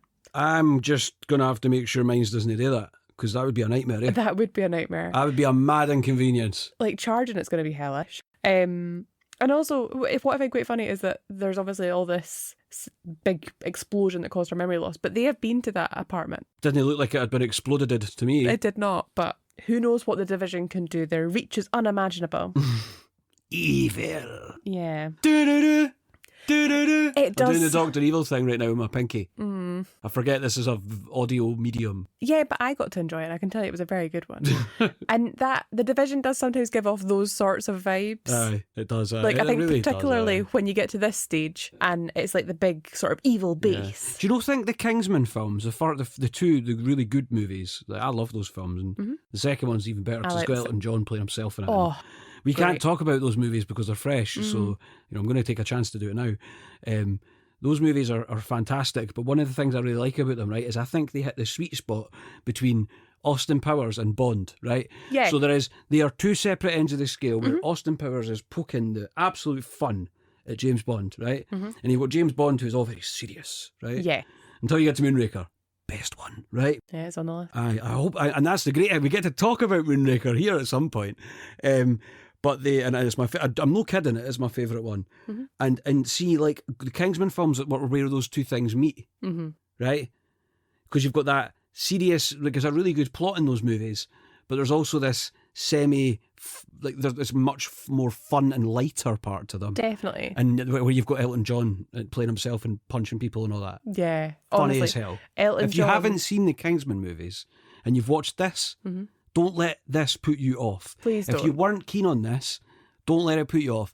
Watch Kingsman and Kingsman: The Golden Circle. They are fantastic. If only for Elton John's tantrum in Golden Circle. It's one of the funniest things. And honestly... I like, we in terms of swearing here, we're keeping it relatively PG-13. I know I'm chucking out a few swears here and there, I don't know if you are, actually. You never swear. Yeah. But we're light. We're not doing the F-bombs, and we're kind of keeping it relatively lighter. And when we go forward and we do some movies that have more colourful language, yes, it's going to be. We're talking about quotes and stuff. We're going to be swearing more. But I can't repeat what Elton John says. But it's funny. It's very good. So in order to save herself, Elly shoots Aidan in the chest to make Richard think that she is on their side. And at this point, Elly says an excellent line. He starts talking to her about how he's found it hard to watch her when she is a lion trying to be a lamb, is what he says. Yeah. He's like, you're a lion trying to be a lamb. You are, it's a similar thing to the whole sort of worker bee thing in Kill Bill, You're not a worker bee, you're a killer bee, you're a renegade killer bee. Is what he says in that movie. I've not watched that movie enough. And it's like basically the exact same sentiment here as he's trying to say, it was shite watching you being a lamb when you're actually a lion. Yeah. And that's when we get the line. Yeah. And then she basically says to him that she's going to essentially embrace her lion side. And she says, "Let the lamb roar." and can I just say, it was silly. This line was silly because I thought of a lamb roaring, literally, which made me laugh. And then what really blew my mind is how good your impression was there. Thank you. I'm not very good at impressions, but that one came out of nowhere. I'm not going to lie. We're doing the impressions for fun, right? We're not, because we can't put the audio. I've said this in the past 2 podcasts, but we can't put the audio in because there's a legal grey area to put the audio from the movies. So we decided it would be a laugh to sit here and record the impressions and then slot them into the podcast, right? Kat's impression of this bit was bloody amazing. You listen to it afterwards, it doesn't even sound like you. It doesn't. It's very strange. Should Especially we play it again? Yeah, let's go for it. Let the lamb roar. Doesn't How even is sound that like me. It doesn't even you? sound like me. That's not what my voice sounds like. Well done, Hen. Well done. I've missed my calling. Very proud. So yeah, Elly has shot Aidan at this point to prove her loyalty to Ritter. And she also pretends that she doesn't care for Alfie. And at this point, I've just written down poor Alfie. I feel really bad for him. I'll tell you what, it was this whole she's pretending thing. We all know she's pretending. There is no way anybody was watching this going, oh my God, she's turned bad. Yeah, it did. It felt like a bit of a waste of time, if I'm being honest. It did, because we all can. We all know there's no way she feels that way.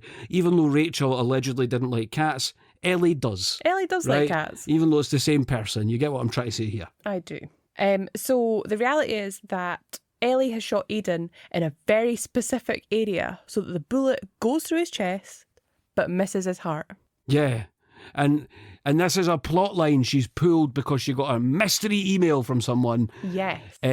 saying that she could bring back Kira, the character from her books, but with this thing that she got shot and it missed her heart. Yeah, it was called something strange like the cardiovascular corridor or something. So is it? And so that's the whole idea, is that she's got this mystery email, and so she decides to get a shot, literally, by shooting Aidan through his cardiovascular corridor. Yes, and the caveat is that you've got to stop the bleeding quickly enough. Yeah, you've got to stop the bleeding too. So But we'll get there.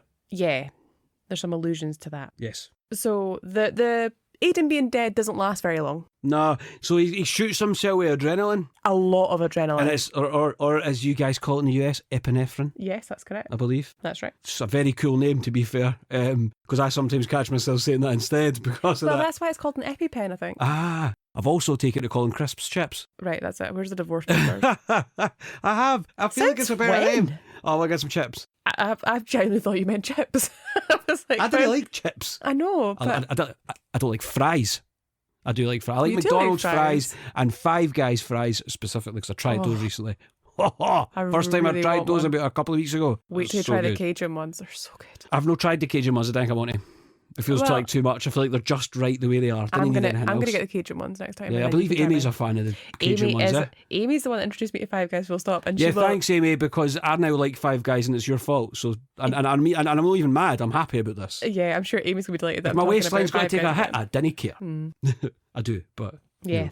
Everything in moderation, right? that's it. Anyway, Aidan slams himself full of epinephrine, bloody adrenaline, probably monster energy, everything, right? Yeah, I But think it's like 4 or 5. It's It a is. lot. And I was actually thinking at this point, right? Kim and he's like, "Grr!" I was like, that's me after I've had my weekly sugary monster, which, by the way, I just had. Yeah. So Was there any left? there is none left. Did you try it? No. Oh, shit, I'm so sorry.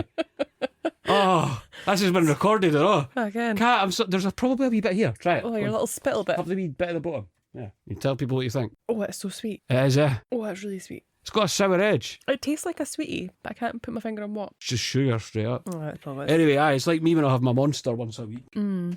So, yep, Aidan's back up on his feet and is battering foot left, right and centre, as is the token of this part of the movie. Yep. Elly then sees one last hallucination of... Hallucination! It's she's one last hallucination, eh? I'll try that again. Take a good run at that one. It's the monster. You just had a very little snippet. I've had a whole can. I know. Elly sees one last hallucination. Snippet. Yeah, the tiny little snippet. Can I say hallucination? Right. Here we go. Elly sees one last hallucination of Argylle, telling her that she never needed him to do what he could do. That's what it says. Oh.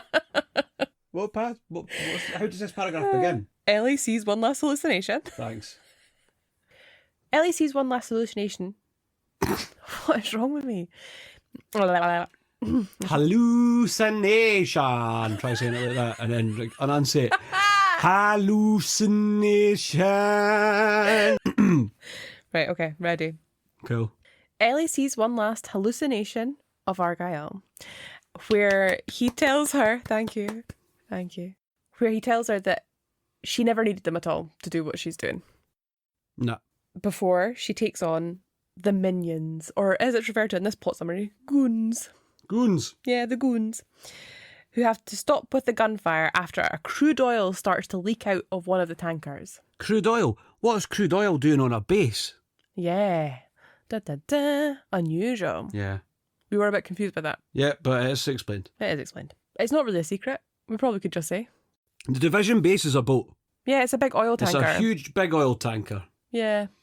And you get this big reveal where they open the door and the camera pans out and they're in the middle of the sea on a boat. Yeah, which doesn't have any consequences. No, not really. Nah. But the oil, that does explain why there's oil. It does explain why there's oil. And also, I think as an evil company, it's not a bad call. Yeah. Apart from, folk getting sick and, norovirus outbreaks like you get on new cruise ships and that. Yep. Anyway. Yeah, them cruise ships, guy. You go on a cruise, be careful. Mm-hmm. People get sick on cruises. Elly then remembers one of her memories being ice skating. So she straps some blades onto the bottom of her shoes. Yep. And slides across the oil. It's actually really cool because she says to Aidan, was that whole thing about ice? He's like, no, you were a really good ice skater. Mm-hmm. And she's like, oh, sound. And that's when she does it. Yeah. What I find quite funny is, I know I've already made a comment about her dress and the gold sparkly number, which I just didn't think was a good look, full stop. It's variable length of this dress. Yeah. That's never mentioned, nothing. Yeah. And it particularly noticed it in this scene because when they're in the Arabian Peninsula, it's floor length. Yeah. Which, given the cultural requirements, makes sense. Yeah. But here it's kind of a midi, as people would refer to it as. Probably. Sort of mid-calf number. Mm-hmm. She hasn't ripped the bottom of it off. It's just magic dress. Yeah, magic dress. Just to butt in, Kat, there was a bit just before this, because it's not in our plot breakdown, they break out of a room and they've got coloured smoke. And they're just launching coloured smoke everywhere. And it's like another one of these scenes with a song. I didn't write it down this time, unfortunately. It was a cover. It was Leona Lewis doing a cover of... that's right, Snow Patrol. Snow Patrol song, aye. It's quite good, actually. I'm not really partial to a wee bit of Snow Patrol. I've not really been into them, but I knew the song, and Leona Lewis singing it was really good, actually. And there's all this coloured smoke, and it's a really fun scene. But there's like a bit where everybody's shooting everywhere. And it's like, there's no way you'd get out of that alive. There's so many bullets going off. Just because there's a bit of coloured smoke doesn't mean you're protected. Well, this is it. And they do have some sort of bulletproof vest on at this point, but they've still got arms and legs. Aye, and then it's like there's a bit, they do the whirlybird returns at this point. The whirlybird returns again, the third outing of the whirlybird. And it's the gender reversed whirlybird. So Aidan is on Rachel/Elly's shoulders doing the whirlybird. And there's a bit with the music in the background that just goes, whirlybird. Was there? I never noticed this. There's a bit that's like, whirlybird, and the song, it just slides in. I was like, that's hilarious. That's brilliant. I love it. Aye. And sorry, I just wanted to interject because that was before knife skates, and so we're on knife skates now. So yeah. Sorry. No, absolutely. And it's an important scene to talk about because it's really colourful, it's so bright. It's a really well designed scene. It has flaws, obviously. Again, the CGI is terrible, but it's a cool scene and I liked it. Regardless of the poor CGI, it was really still fun and well put together. Yeah. But I didn't want us to miss it, so back onto oil skates. Here we go, back on oil skates. Back onto knife skates. Yeah. So she's attached the knives, so it's just a recap. There's been holes put in some oil tankers, oil spilling over the place, so Rachel/Elly attaches knives to her shoes and she can ice skate. So she skates through the oil, stabbing lots of people, basically. She sort of forms a bayonet and just goes around slicing through folk. I was sitting here wondering, and I couldn't find an answer. Well, I did kind of find an answer, sort of. Couldn't she have set that whole room ablaze with the if there was any sparks that were to come off that knife? Mm-hmm. Couldn't that have caused a fire? Yes, very easily. So what I could gather online, right, by Googling it, was that ice skate sparks could cause a fire, potentially. There you go. if you've got oil, wouldn't that be even more dangerous? I think it would be less dangerous than shooting a gun Sure. because that's a spark and a kind Yeah. of... And I know what you are thinking. Why are you thinking about that? Just because I was just curious if a knife could do that. I don't really care because it doesn't take away from how fun the scene is at all.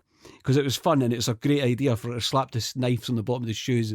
It was very on brand for this franchise. It was actually. But I was just curious, Yeah. could you start a fire? But apparently you could, but she doesn't, so that's what's important. Yeah, she manages to avoid that risk somehow, by luck most likely. So yeah, she gets the head goon. She throws a knife into his heart using her assassin skills. Assassin skills. Yeah, I wish I had those. So Aiden and Ellie take out every last villain on the ship as a couple with plenty of flair. Is what it says in the plot summary. It is. It's very stylish. It is very stylish, actually. It's very, as we said, on brand for the whole series. They make it to the ship's control room to try and send the master file to Alfie, but Ritter aims his rifle at them. And then who comes to save the day? Alfie! The cat Alfie, the not cat. Sam Jackson, the cat Alfie. Comes to save the day and it attacks Dad Badman, I can't remember his name, Ritter. Right. Attacks him and again, CGI is poor, but I didn't care because it was so fun. Yeah. I just feel that it's worth mentioning for such a high budget movie that if there is blocks where the CGI isn't great, it should be recognised. Definitely. Do you know what I'm saying? We can't get... These big studios can't be getting away with this. Yeah. Right, we can notice, we can see it. Don't sell me a pup. Or a cat, or a Scottish fold cat. as the case may be. Oh no, you could easily sell me one of those. So Alfie is clawing at Ritter's face and clawing his eyes out, which gives Aiden the chance to shoot and kill Ritter. So then basically what happens is Vogler, who, aka Ruth, aka Catherine O'Hara, turns up and she's like that. She's got this wee music box and she controls Ellie's mind. Yeah, she does a total Winter Soldier on her. It's a very much a Winter Soldier thing because she's like van, tripod, brick, or whatever, just random words. The words I thought of for some reason, right? Those are good words. And it makes Ellie stop the upload. And then she goes to attack Aiden.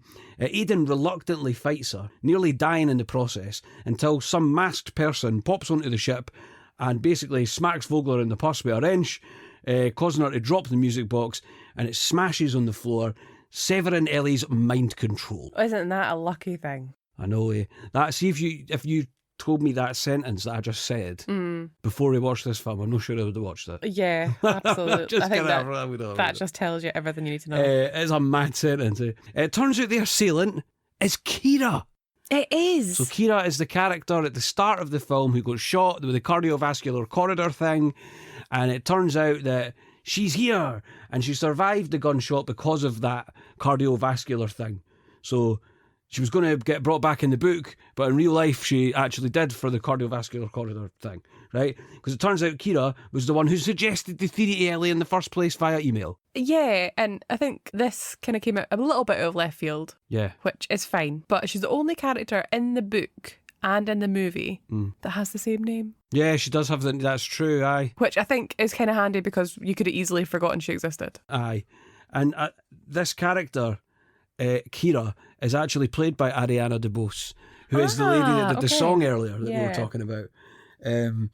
So yeah, I didn't realise that until today, actually. The three of them and Alfie then send the rest of the master file to Human Alfie, aye. And then they leave the ship to blow up, killing everyone, including Vogler and anybody else that's left on the ship. And Ellie and Aiden also finally have a wee smoochy smooch. Oh, I know, it was nice. That was quite satisfying, actually. I know, it's like, about time, guys. Come on, eh? Yeah, I've just written down, Sam Rockwell is the best. I think it's just worth mentioning, actually, that this song, this Beatles, that AI Beatles song, is it Now and Then? Yeah. Pops up in this movie so much. They must have paid for it, like. That's what I was wondering, if a lot of the budget went on this song. Aye, loads. It's in it so much. She listens to it at the start when she's in her house. It pops up throughout, pops up here again. Yeah. And I call it the AI song. It's because they used AI to finish it, because it was never be able to finish, because they were never able to get John Lennon's vocals correct, and then they used AI to do it. Yeah. It's a bit of a funny one. I don't care how I feel about it. Yeah. I don't think it's a stellar song by any means. I mean, if you're comparing it to the rest of the Beatles' back catalogue, I'm not even remember it. It didn't really sound like them because we weren't sure at first. Because at first we thought it was Paul McCartney's solo. Yeah, we thought it was Macca's solo. Yeah, and then turns out it was the Beatles. Yeah, and I'll tell you what, they kiss, right? we just mentioned that they kiss. Do you know what I was disappointed in?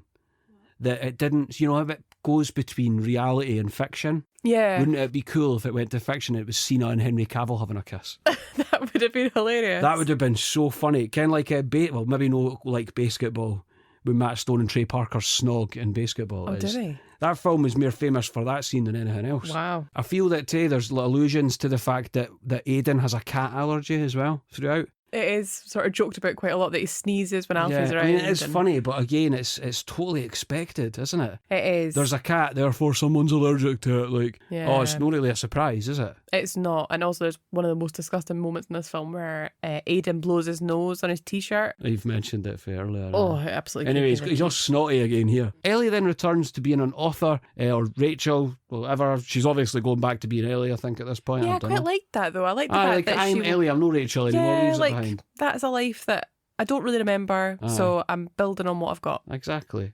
So she gives Argylle a proper happy ending. She goes back to the bookshop for another reading, and a fan asks her, what? Shop. Go to the bookshop. She goes back to the bookshop for another reading, and a fan asks her what happened to the characters after the story. Ellie says that hypothetically, Alfie, the human, no the cat, received high honours for the CIA for exposing the division, and Alfie's there in the room, disguised as a book patron, right? Yeah. And she says that Kira went on to rise up in the tech field, and Kira kind of gives her a wee nod, and she said, what was it she says again about the Yeah, there's tech quite a thing? nice nod here about Kira going on to become the next Steve Jobs, Yeah. which is quite nice because it's an Apple production to kind of give that wee nod Yeah, there. this is an Apple film. It's on Apple TV. Aye, so the Steve Jobs reference is blaringly obvious, I guess. Yeah, But that's quite all nice. right. It was kind of a cool thing to include, maybe. I don't know. Yeah, What it's you thought? something you would say. Yeah. So I'd feel like it's quite natural rather than trying to skirt around it and being like, oh. Yeah, I mean, regardless of what your opinion or thoughts are on Steve Jobs and what he did and what he designed and whatever else and what hand he had in it, he is known as being a tech, so it's a good reference to chuck in. Everybody understands it. And there's kind of an allusion here that her and Aidan are a couple again. Yeah, it's nice. And so before Ellie ends it all, another fan who looks basically like a much nerdier, dorkier version of Ellie's image of Argylle, stands up to ask a question, also suggesting that Ellie might have questions for him, leaving her surprised, because this gentleman is a nerdy Henry Cavill. Yeah, I really feel like they might have a vendetta against Henry Cavill in this film because they will not let him be attractive at any time. He's had enough time being attractive. He doesn't need any more. The limit is not possible. When he does 40k, when we get the 40k TV series, if you did care what that means, Henry Cavill's in the midst of making this huge Warhammer 40,000 TV series with Amazon at the moment, which is his big passion because he's a big dork. He's king of the nerds. He is knows. king of the nerds. And I think that he's probably going to end up being sexy in that as well. Oh, undoubtedly. If he's a big sexy space marine. Yeah. I don't know. I'd watch it. Is he going to be a space marine? I don't care. Probably. Like, if they don't start with Space Marines, probably not. Aye, I know, but the Astartes, the space marines, are big, huge, genetically enhanced. I think they're attractive by any means. I'm sure Henry Cavill can make it work. Probably. So yeah, so that's where it leaves us, basically. Yeah. Is that Henry Cavill turns up at the end and he's there and she's like, what? And I looked at Kat and I said, I don't understand. Yeah, I kind of found it a bit difficult as well. So we get a mid-credits scene as well. It's a flashback to 20 years earlier, and it's a young Argylle enters a pub, but this is, right, so it's a young version of Henry Cavill, right? And he seems to be working with the Kingsman Agency. As we've said, these movies are linked to this film is linked to that franchise. And then text appears saying that Argylle Book 1 is a film adaptation of Ellie's first novel is coming soon. Ooh. Aye. And I've still no idea what the hell it meant. No, I'm a bit confused I as was well. so confused. The film overall, do you know what? We'll get to what I thought in a sec. But I don't know. It fell totally flat. This extra scene wasn't required.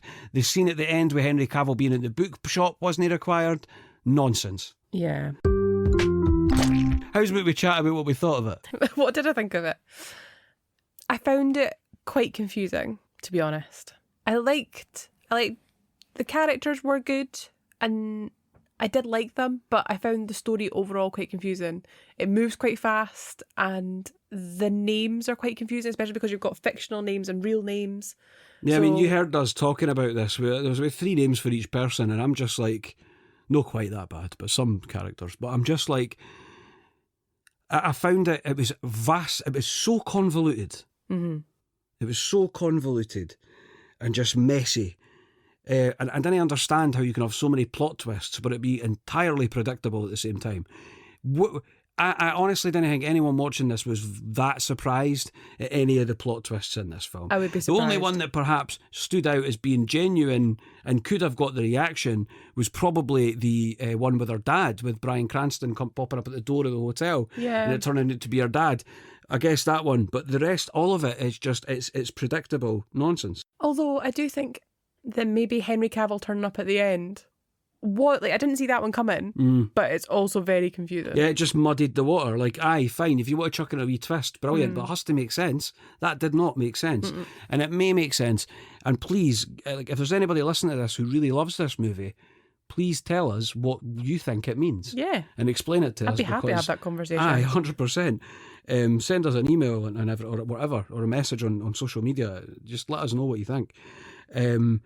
There's also, like, arguably, I've mentioned the poor CGI and the messy narrative and plot is blaringly obvious here, right? But there's not really any depth either, right? We know a bit about Elly, but we don't really know who she is, really. No. We never really get a grasp on it, and partly that might be because we're getting chucked for pillar to post about her past and what's actually true and what isn't, and blah, blah, blah.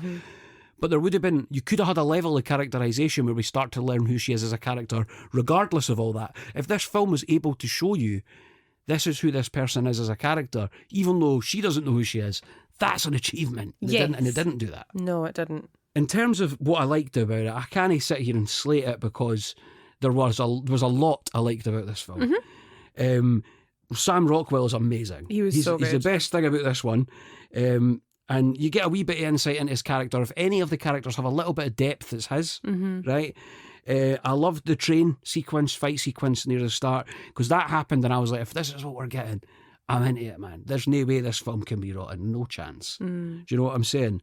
And the smoke fight sequence was fun, and all the cat stuff, despite the CGI, was cool as well. So I would watch this again, but I would be a bit miffed knowing how it ends. I think it really is a film of two halves, though, where the first half is really good, I would argue. Where, it's really Sam Rockwell and Bryce Dallas Howard together, and the two of them are really driving the story. Yeah. And I feel at the point where they reach the division base, it kind of jumps the shark a little bit. Yeah. Because there's so many times where it twists, but the twists come too fast for them to have any impact. So pointless twists. Yeah. Rachel's on the bad guy's side, and then she's back on the good guy's side, and then she gets the brain kind of mind control thing, and control. It doesn't really matter. Nah. In the end, it doesn't. So. So it was a bit of a mixed bag. I went online to find out what people were thinking, because I jot down. So we finished the film. I jot down my thoughts on it, and I like to go and see what the general consensus is. And the general consensus largely matched what we had to say. Oh, really? Yeah. Is that people pointed out a lot about the CGI. About how messy it is, how the narrative is all over the place. In fact, I struggled to find what people really liked about this. Oh, really? But I can tell you what I liked, and that was everything I just said. Rockwell's great. Some of the signs are some of the scenes are well choreographed. There's some great performances for Bryce Dallas Howard and for some stellar actors here. We didn't have a lot of depth in our character, but Bryce Dallas Howard does best of all the material she's given. It's a bit of a mixed bag, really, isn't it? Also, there's something that I wasn't sure whether to bring up or not, and it's about the way that Bryce Dallas Howard looks in this film. She looks great. She looks brilliant, but she's got a normal person's body. Yeah. She's not dead skinny. She's just what I would think is a normal size. We need more of that. It was so refreshing to be able to see somebody who looked like me. Aye. Who had more normal clothes and who just had curves on their body that a normal human being would have. It was really refreshing to see that. And I Googled it as well, actually. Just really? See what other people were saying about it, yeah. And there was an interview with Bryce Dallas Howard saying she's done talking about her body. Good for her. And what she said was that this is the body she lives in, and she actually said the condition on taking this movie was either kind of take it or leave it sort of deal. Like, I'm not going to lose weight for this role. It's quite right, man. And Hollywood needs more of that, I'd absolutely, say. and it's such a I think she's brave great, stance to take. And I'm not going to sit here and sound like a pervert, but I think she's very attractive, Bryce Dallas Howard. She is. Yeah. And in this movie as well, 100%. Definitely. But I think it's such a brave stance to take. Aye, just be like, Kim, what? Sod you. Like, this is how I am, and if you didn't want it, I'll go and get a job doing a film for somebody else. Absolutely. I'm sure she's not short of offers. No. But, Matthew Hope Vaughn. she pops up in Star Wars at some point. I hope so too, because, like, as I say, Like, if she's doing the writing, she's doing the directing, we want you on screen, come on. Absolutely. Apparently, Matthew Vaughn was like, no, I definitely want you for sure. So Cool. it all worked out quite cool. nicely. That makes me happy. Yeah.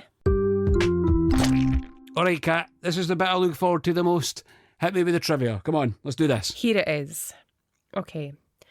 Matthew Vaughn cast Henry Cavill because he needed someone who was born to play James Bond, which Henry is, and then nick him before James Bond gets to do it. Ah, right, I get you. So Henry Cavill was, in fact, a finalist to play James Bond in Casino Royale in 2006. Wow. Before Daniel Craig. But he was rejected because he thought he was too young, because he was only 22 at the time. Yeah, I was going to say he must have been pretty young. Casino Royale was yonks ago. Yeah, 2006. It was a while back. But yeah, so he wanted somebody James Bond-esque, but to get there before James Bond did. That's so I think cool. That's quite nice. Ah, I love it. Alfie the cat is played by Chip, who is owned by Matthew Vaughn's wife, Claudia Schiffer. Claudia Schiffer's Matthew Vaughn's wife. Claudia Schiffer is Matthew Vaughn's wife. And Chip, And or Chip's- Alfie, Chip. is I was good. Claudia Schiffer's cat. My mind's blown. Yeah, there you go. That's class. Absolutely. And throughout the film, Claudia Schiffer's books appear in the background quite a lot. Oh, do they? Yeah, so he's taking the chance to slip in his wife's books, which Quite I thought right. was a I would nice do the touch. same if you were a writer. You better believe If you were a would. wouldn't get royalty, I would be doing that 100%. You wouldn't be getting a choice. Yeah. Argylle is named after the limo driver in the first Die Hard movie. Oh, that guy. Yeah, I love Argylle. So he's not named after the guy that's all like, shut a kid. No, he is not. This Christmas, right? This Christmas, we watched Die Hard, and I have never, ever noticed that one part. I can't believe you And never it came noticed on, and he just turns around and he's like, shut a kid. And I was dead. Shut a kid. It's no funny, man. He shot a kid. But Well, it's like, I know, but it's the way he says it. shut a kid. Shut a kid.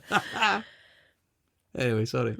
We can't talk about Die Hard. It's probably fresh. I know, I think Die Hard is fresh, sadly.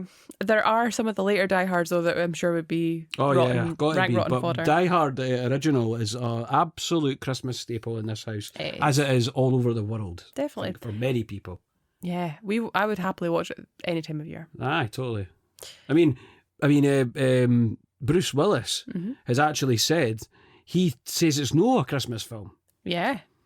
but I would contest that and say, "Shut up, Bruce, it is." You can't say that to Bruce now, he's not well. I would not say that to Bruce now. What's happening to Bruce Willis at the moment Oh, it's awful. is genuinely heartbreaking. It is absolutely heartbreaking, and it's no for this podcast. It is not. We love Bruce. Absolutely, always. Back to the trivia. In July 2021, it was announced that Argylle was intended to be the first of a series of films of at least 3. Oh, I hope no. No, I'm joking. Yeah, I suspect after its performance, that's probably not going to happen. Who Sad. knows? I would like to see a third Kingsman. Well, yeah. But we didn't 'cause get one. We got a prequel and then we got this. Yeah. Guys, make a third Kingsman. That would have done well financially, probably critically as well. I should be running the movie business. Yeah, give us the money and then we'll I'll sort just it. run away with it. Yeah, let's like it. The font seen on the movie posters was specifically commissioned for this movie. It was created by the Walden Font Company. What's the font called? Do you know? I do not know. I need to find out. I need to get it on my laptop, man. There you go. It's good for. I make a lot of posters and stuff for people and digital artwork and various different things for different people who ask for it. And I like to collect fonts, man. I've got one of my favourite fonts at the moment. It's called Waltograph. Oh, yes. And it is that Walt Disney font. It's class. There you Somebody go. made it and it's really good. Sorry. Well, Font nerd. of all the things to be nerding out about, I love fonts. Sorry. I've only got one more bit of trivia for you. Oh, I know. Yeah, it's not been a lot this time. I Oh, no, it's fine. could have dug up more, but Henry Cavill is allergic to cats. Oh, Yeah. that's mental. Yeah, we've come full So's circle. apparently Aiden. Apparently, so maybe that's what it was based off of. Class. One thing Kat and I have actually been watching out for too is the Wilhelm scream. Yes, we have. Now, a Wilhelm scream is this. And it's iconic. It pops up in everything from Star Wars to TV adverts to TV shows, multiple movies and franchises. It pops up a lot. Yeah, it's a bit of an in-joke for sound engineers, I think, to try and pop it in. It's, sound editors love chucking in a bit of a Wilhelm scream. And so Kat and I are currently keeping our ears peeled for a Wilhelm scream for every movie we watch, to point it out if there is one, but I didn't notice it in this. I didn't notice one in this one and either. there wasn't in the previous two films we've covered either that we could see. But if there is a Wilhelm scream, we will tell you, because we like the Wilhelm scream. We do. Every time we hear it, we're like, hey! And guaranteed, imagine you've just played it there. A lot of you will have heard it. So, favourite line, Kat? Did you have a favourite line for this movie? I'm just going to turn the pages of my notebook to get back to where my favourite was. Sorry, that was really loud. So I think my favourite line is actually from Bakunin, who we don't see a lot of screen time for. Used to be Russian guys all like, spicy ba. A Russian guy once told me in Turkey that's how you say thank you in Russian. Yes. And then every time he gave me a drink, I said it, and I thought, he probably thinks I'm a right arse. Yeah, and I hope he said the right thing. I did it, spicy ba. He told me how to say it. But you trust him? Aye, well, I think that's what it means, right? It is. I've looked it up since. Right, oh, good. Right. Okay. Sorry. So my favourite line was from Bakunin, and he was talking about the division and saying, I got proof of bombings, election fraud, radioactive poisoning. I mean, this lot make Darth Vader look like Mary Poppins. Aye, he does. And sorry, that was my terrible impression there. it was a good one. I think you did pretty well. I didn't think so. It's pretty bad. My favourite line, I didn't timestamp this or anything. I just wrote it down when we were watching the movie. And it's basically, there's this great line, and it really spoke to me because, quite honestly, I've had a lot of issues with anxiety, especially even recently. And Aidan says to Elly when they're on the plane, he's trying to calm her down, and he talks her down, tries to get her to kind of calm down. And he says, so when you feel the fear, remember to focus on the only thing that's real, what's right in front of you. Yes. And he says that, and she calms right down, and the plane takes off, and she's like, oh my God, I'm all right. And it's like, it's the simplest of things. Mm-hmm. But honestly, Sam Rockwell saying that is burned into my memory, because I've been latching on to it a little bit since we watched the movie. No, I think it's a really important statement, and I think he talks about it in sort of reference to mountain climbing. Yeah. And you only focus on the 3 feet in front of you, and just keep focusing on that 3 feet, and eventually you will get there. And it's kind of like that old saying, how do you eat an elephant? One bite at a time.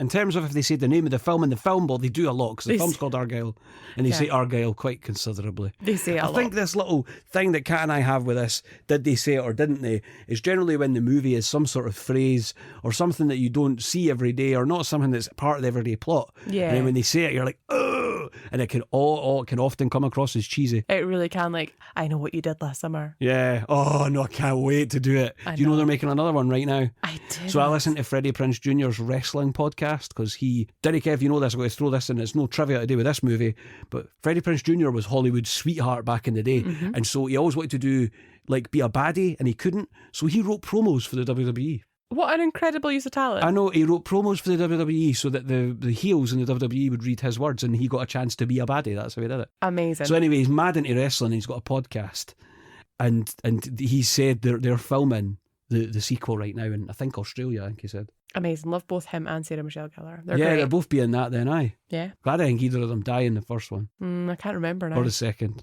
Or we're going to have to, I don't know if even Sarah Michelle Gellar was in the second one. Yeah, I'm not sure. Oh, we'll get there, because we're definitely covering that. So, Mikey. Yeah. Lay the reviews on me. Oh, here we go. Right, this is my wee bit. I like this. Great cast, straight trash. Fair. One of the worst movies I've ever seen in a long time. It just wouldn't end. There's a million other things you can do with your 2.5 hours of time. I can't that time back. I think he means can't get that time back. Yeah. I'm reading it as it's written. Yeah. I think that's pretty fair. Yeah, I think I get it. I get where he's coming from. There, like, absolutely. But, you know, on the other side of the card, we've got someone who really enjoyed it. This person says, I loved this movie. Fabulous fun and creativity. Who cares what the critics say? Here, that's our ethos here at Rank Rotten. It absolutely is. So that guy's really put the nail on the head. That is our ethos here. You didn't have to listen to critics. No. And that's why we're looking at these rotten films, to see if they're actually rotten or not. Definitely. It was filled with wonderful twists and surprises. Please bring the second one to life. Like, I love the Sorry, fact... mate, that's not going to happen. Yeah, I love the fact they're so enthusiastic. Yeah. But I found that the number of twists and surprises got a bit tiresome by the end. Yeah, that's it. This person felt very strongly about the film. I made an account to give this movie the lowest rating possible. The first 5 minutes of the movie are good. It then declines slowly, then rapidly over 2 hours. I think that's pretty fair. Yeah, I mean, these people are making a valid point, and including the guy before they said they loved it. I get it. I get why he liked it. You know, To some people, this might be their favourite film. Aye, I mean, and again, I can see it because there is a lot of saving graces in this movie. There is. But there's also the things that people are pointing out here. We've already said is, And I think that one kind of echoes back to what we said about it having a strong start and then kind of faltering as it went. And I've got one more. Argylle is full of laughs, action, and a bunch of twists. The beginning made me think this was just an update on John Candy's 1991 film Delirious.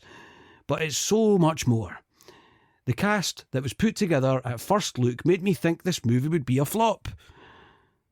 Well, it was a flop. Yeah. Well, it was a financial flop. And a critical flop. And a critical flop. I'm happy to admit I was wrong. This cast are great at getting the humour across even when they're being extremely subtle. Matthew Vaughn did a great job on this one. Also, I absolutely love the cat towards the end. I think Alfie was great throughout the movie. Yeah, no, just at the end, man. Yeah, there's so many great Alfie moments. Absolutely. You didn't mention it, but there's a bit where he winks. Oh. I can't remember where it is, but there's a bit where Alfie winks, and I was like, oh, lol. I didn't do a review for this one. No. I wonder if we should do that. Start sliding a review in ourselves. Yeah, that's not just a bad once idea. We've watched it, just add to the review bin and put ours in there and all. Oh, well, eh. I'm a bit torn on this one. I don't know whether it should be fresh or rotten. Yeah, so this is the part of the podcast where Kat and I decide if each of us think it's rotten or fresh. And personally, I can't say this is a fresh film. I can't do it. Now, there's a lot that entertained me about the film. I would probably watch it again. It is a rotten film, I would say, because it's so nauseatingly put together. I would agree. There's a lot of jumping about. There's a lot of stuff, and I don't mind having a plot that's complex, but at least needs to make sense. That's it. It's very tricky to follow. Well, especially when we got to the end with this post-credits nonsense. If that wasn't in it, would I have felt differently? Perhaps, but I still don't think I would have made it said it was a fresh film. Yeah. Because it's quite messy and because there's a lot of stuff, too much going on. You know what I mean? It's very convoluted. There's twists for the sake of twists, as we said as well. Mm-hmm. I wouldn't say this is fresh. I'd say this is a rotten film. I would sadly have to agree with you. I think the story is very convoluted, and if I was watching it in the cinema where I wasn't able to stop and go, right, what just happened? Yeah. I think I would have been totally lost. Do you know how? Aye, and do you know how, if you went to the toilet or something? Do you know how, what the weird thing here is? Right, is that I'm no sure. I'm sitting here going, would I watch it again? But I would watch Madame Web again. Oh, I think I probably would actually. I've got quite a fondness for it. I said that last week too. I've got a fondness for Madame Web now. And Coyote Ugly. Yeah. Well, I feel the same about Argylle. I don't know. Maybe. But at the moment, I would say it's a rotten film. I probably would watch it again at some point. It's part of a franchise I quite like.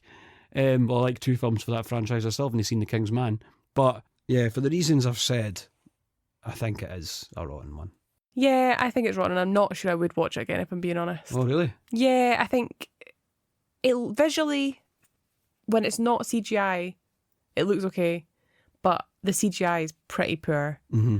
Like, I really enjoyed the performances in it, but I just don't think that's enough to carry it through for me, sadly. Nah, I get you, absolutely. Oh, well, eh?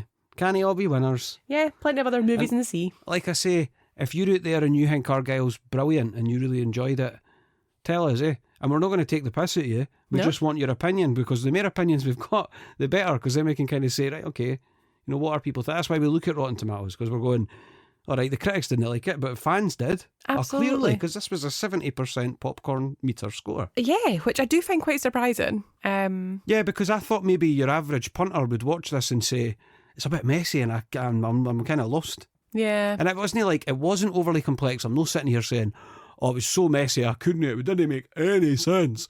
I'm just saying it could have been a smoother ride. Yeah, I think the names made it quite confusing. So the story in general was quite confusing. Totally.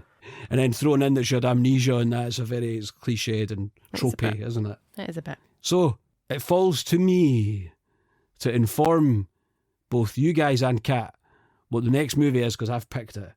So in the interest of picking a broad range of different genres at this point, I've decided to go for something slightly on the horror side. Ooh. / creature feature side. Oh, I love a creature feature. I'm picking Lake Placid.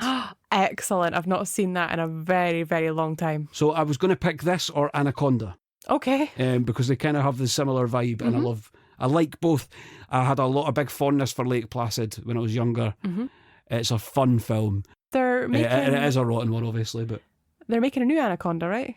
Are they? Yeah, Paul Oh, Rudd no. and... Right, so what they're doing, they're making an Anaconda film that's based on them filming the first one or something. Wow, okay. It's either about the production of the first one or something. Okay. It sounds like Paul Rudd's in it. I love Paul Rudd. And a few other folk. It looks like it's going to be great. I hope Ice Cube comes back. That would be cool. That would be cool. Anyway, it's no Anaconda we're doing next week. We're doing Lake Placid. But if you don't know, Lake Placid is a movie about a giant crocodile that lives in like a swamp and a bunch of people trying to take it down. Exciting. It is, and it's got some stellar parts in it and brilliant actors, including Betty White and Brendan Gleeson. Oh, hey. Brendan Gleeson playing a disgruntled American sort of sheriff cop or something like that. Looking We'll go forward into to it. I remember watching it a lot as a kid, so I can't remember the ins and outs, but I'm really excited to talk about it though. Wonderful. Because I've got a fondness for it. I like a creature feature. I think other people out there will probably enjoy it too. So very much looking forward to it. on that note, thanks for joining us for Argylle. If you do want to get in touch with us, you can, and we totally encourage it. We want you guys to email in or message us with what you think of the films, and we will read those out on here in some way, shape or form. We're not sure if we're going to do it in episodes or we're going to do a mailbag maybe. Yeah. We're thinking if we get some in, we might do a mailbag episode where we read out people's emails. Mm-hmm. You can reach us by email at rankrottenpod@gmail.com. That's rankrottenpod@gmail.com. Kat, what about the socials? Yeah, our socials on Instagram, we are at rankrottenpod, and Threads is exactly the same, at rankrottenpod. And please let us know if you've got any movie recommendations as well. Absolutely. I put up a story this week. Now, at the time of recording, our podcast isn't out yet. No. Right? So we're trying to record a few to get them out there. So we're recording kind of in advance and quite an intensive at the moment, and it's good fun and we're loving it. But we put up a story on our socials, which have just opened up. We've only had the socials for a wee bit, and people are already putting in requests. Absolutely. So we're taking that into account. We already agreed we were going to do Lake Placid next. I think we're probably going to do a request after that, Yeah, I think we will. because we've had a few in already. Yeah. Some people putting in requests for fresh films, unfortunately, Yeah. that clearly should be rotten. I think. I've always been surprised when I've checked them and I'm like, oh no, unfortunately that's fresh. I know that's it. But so we're already getting requests in, so we'll probably do a request after Lake Placid. But in any case, please do reach out to us. We want to hear from you. Yeah, absolutely. And thank you so much for joining us. That's it. Thanks for joining us again, and tatty bye. Bye.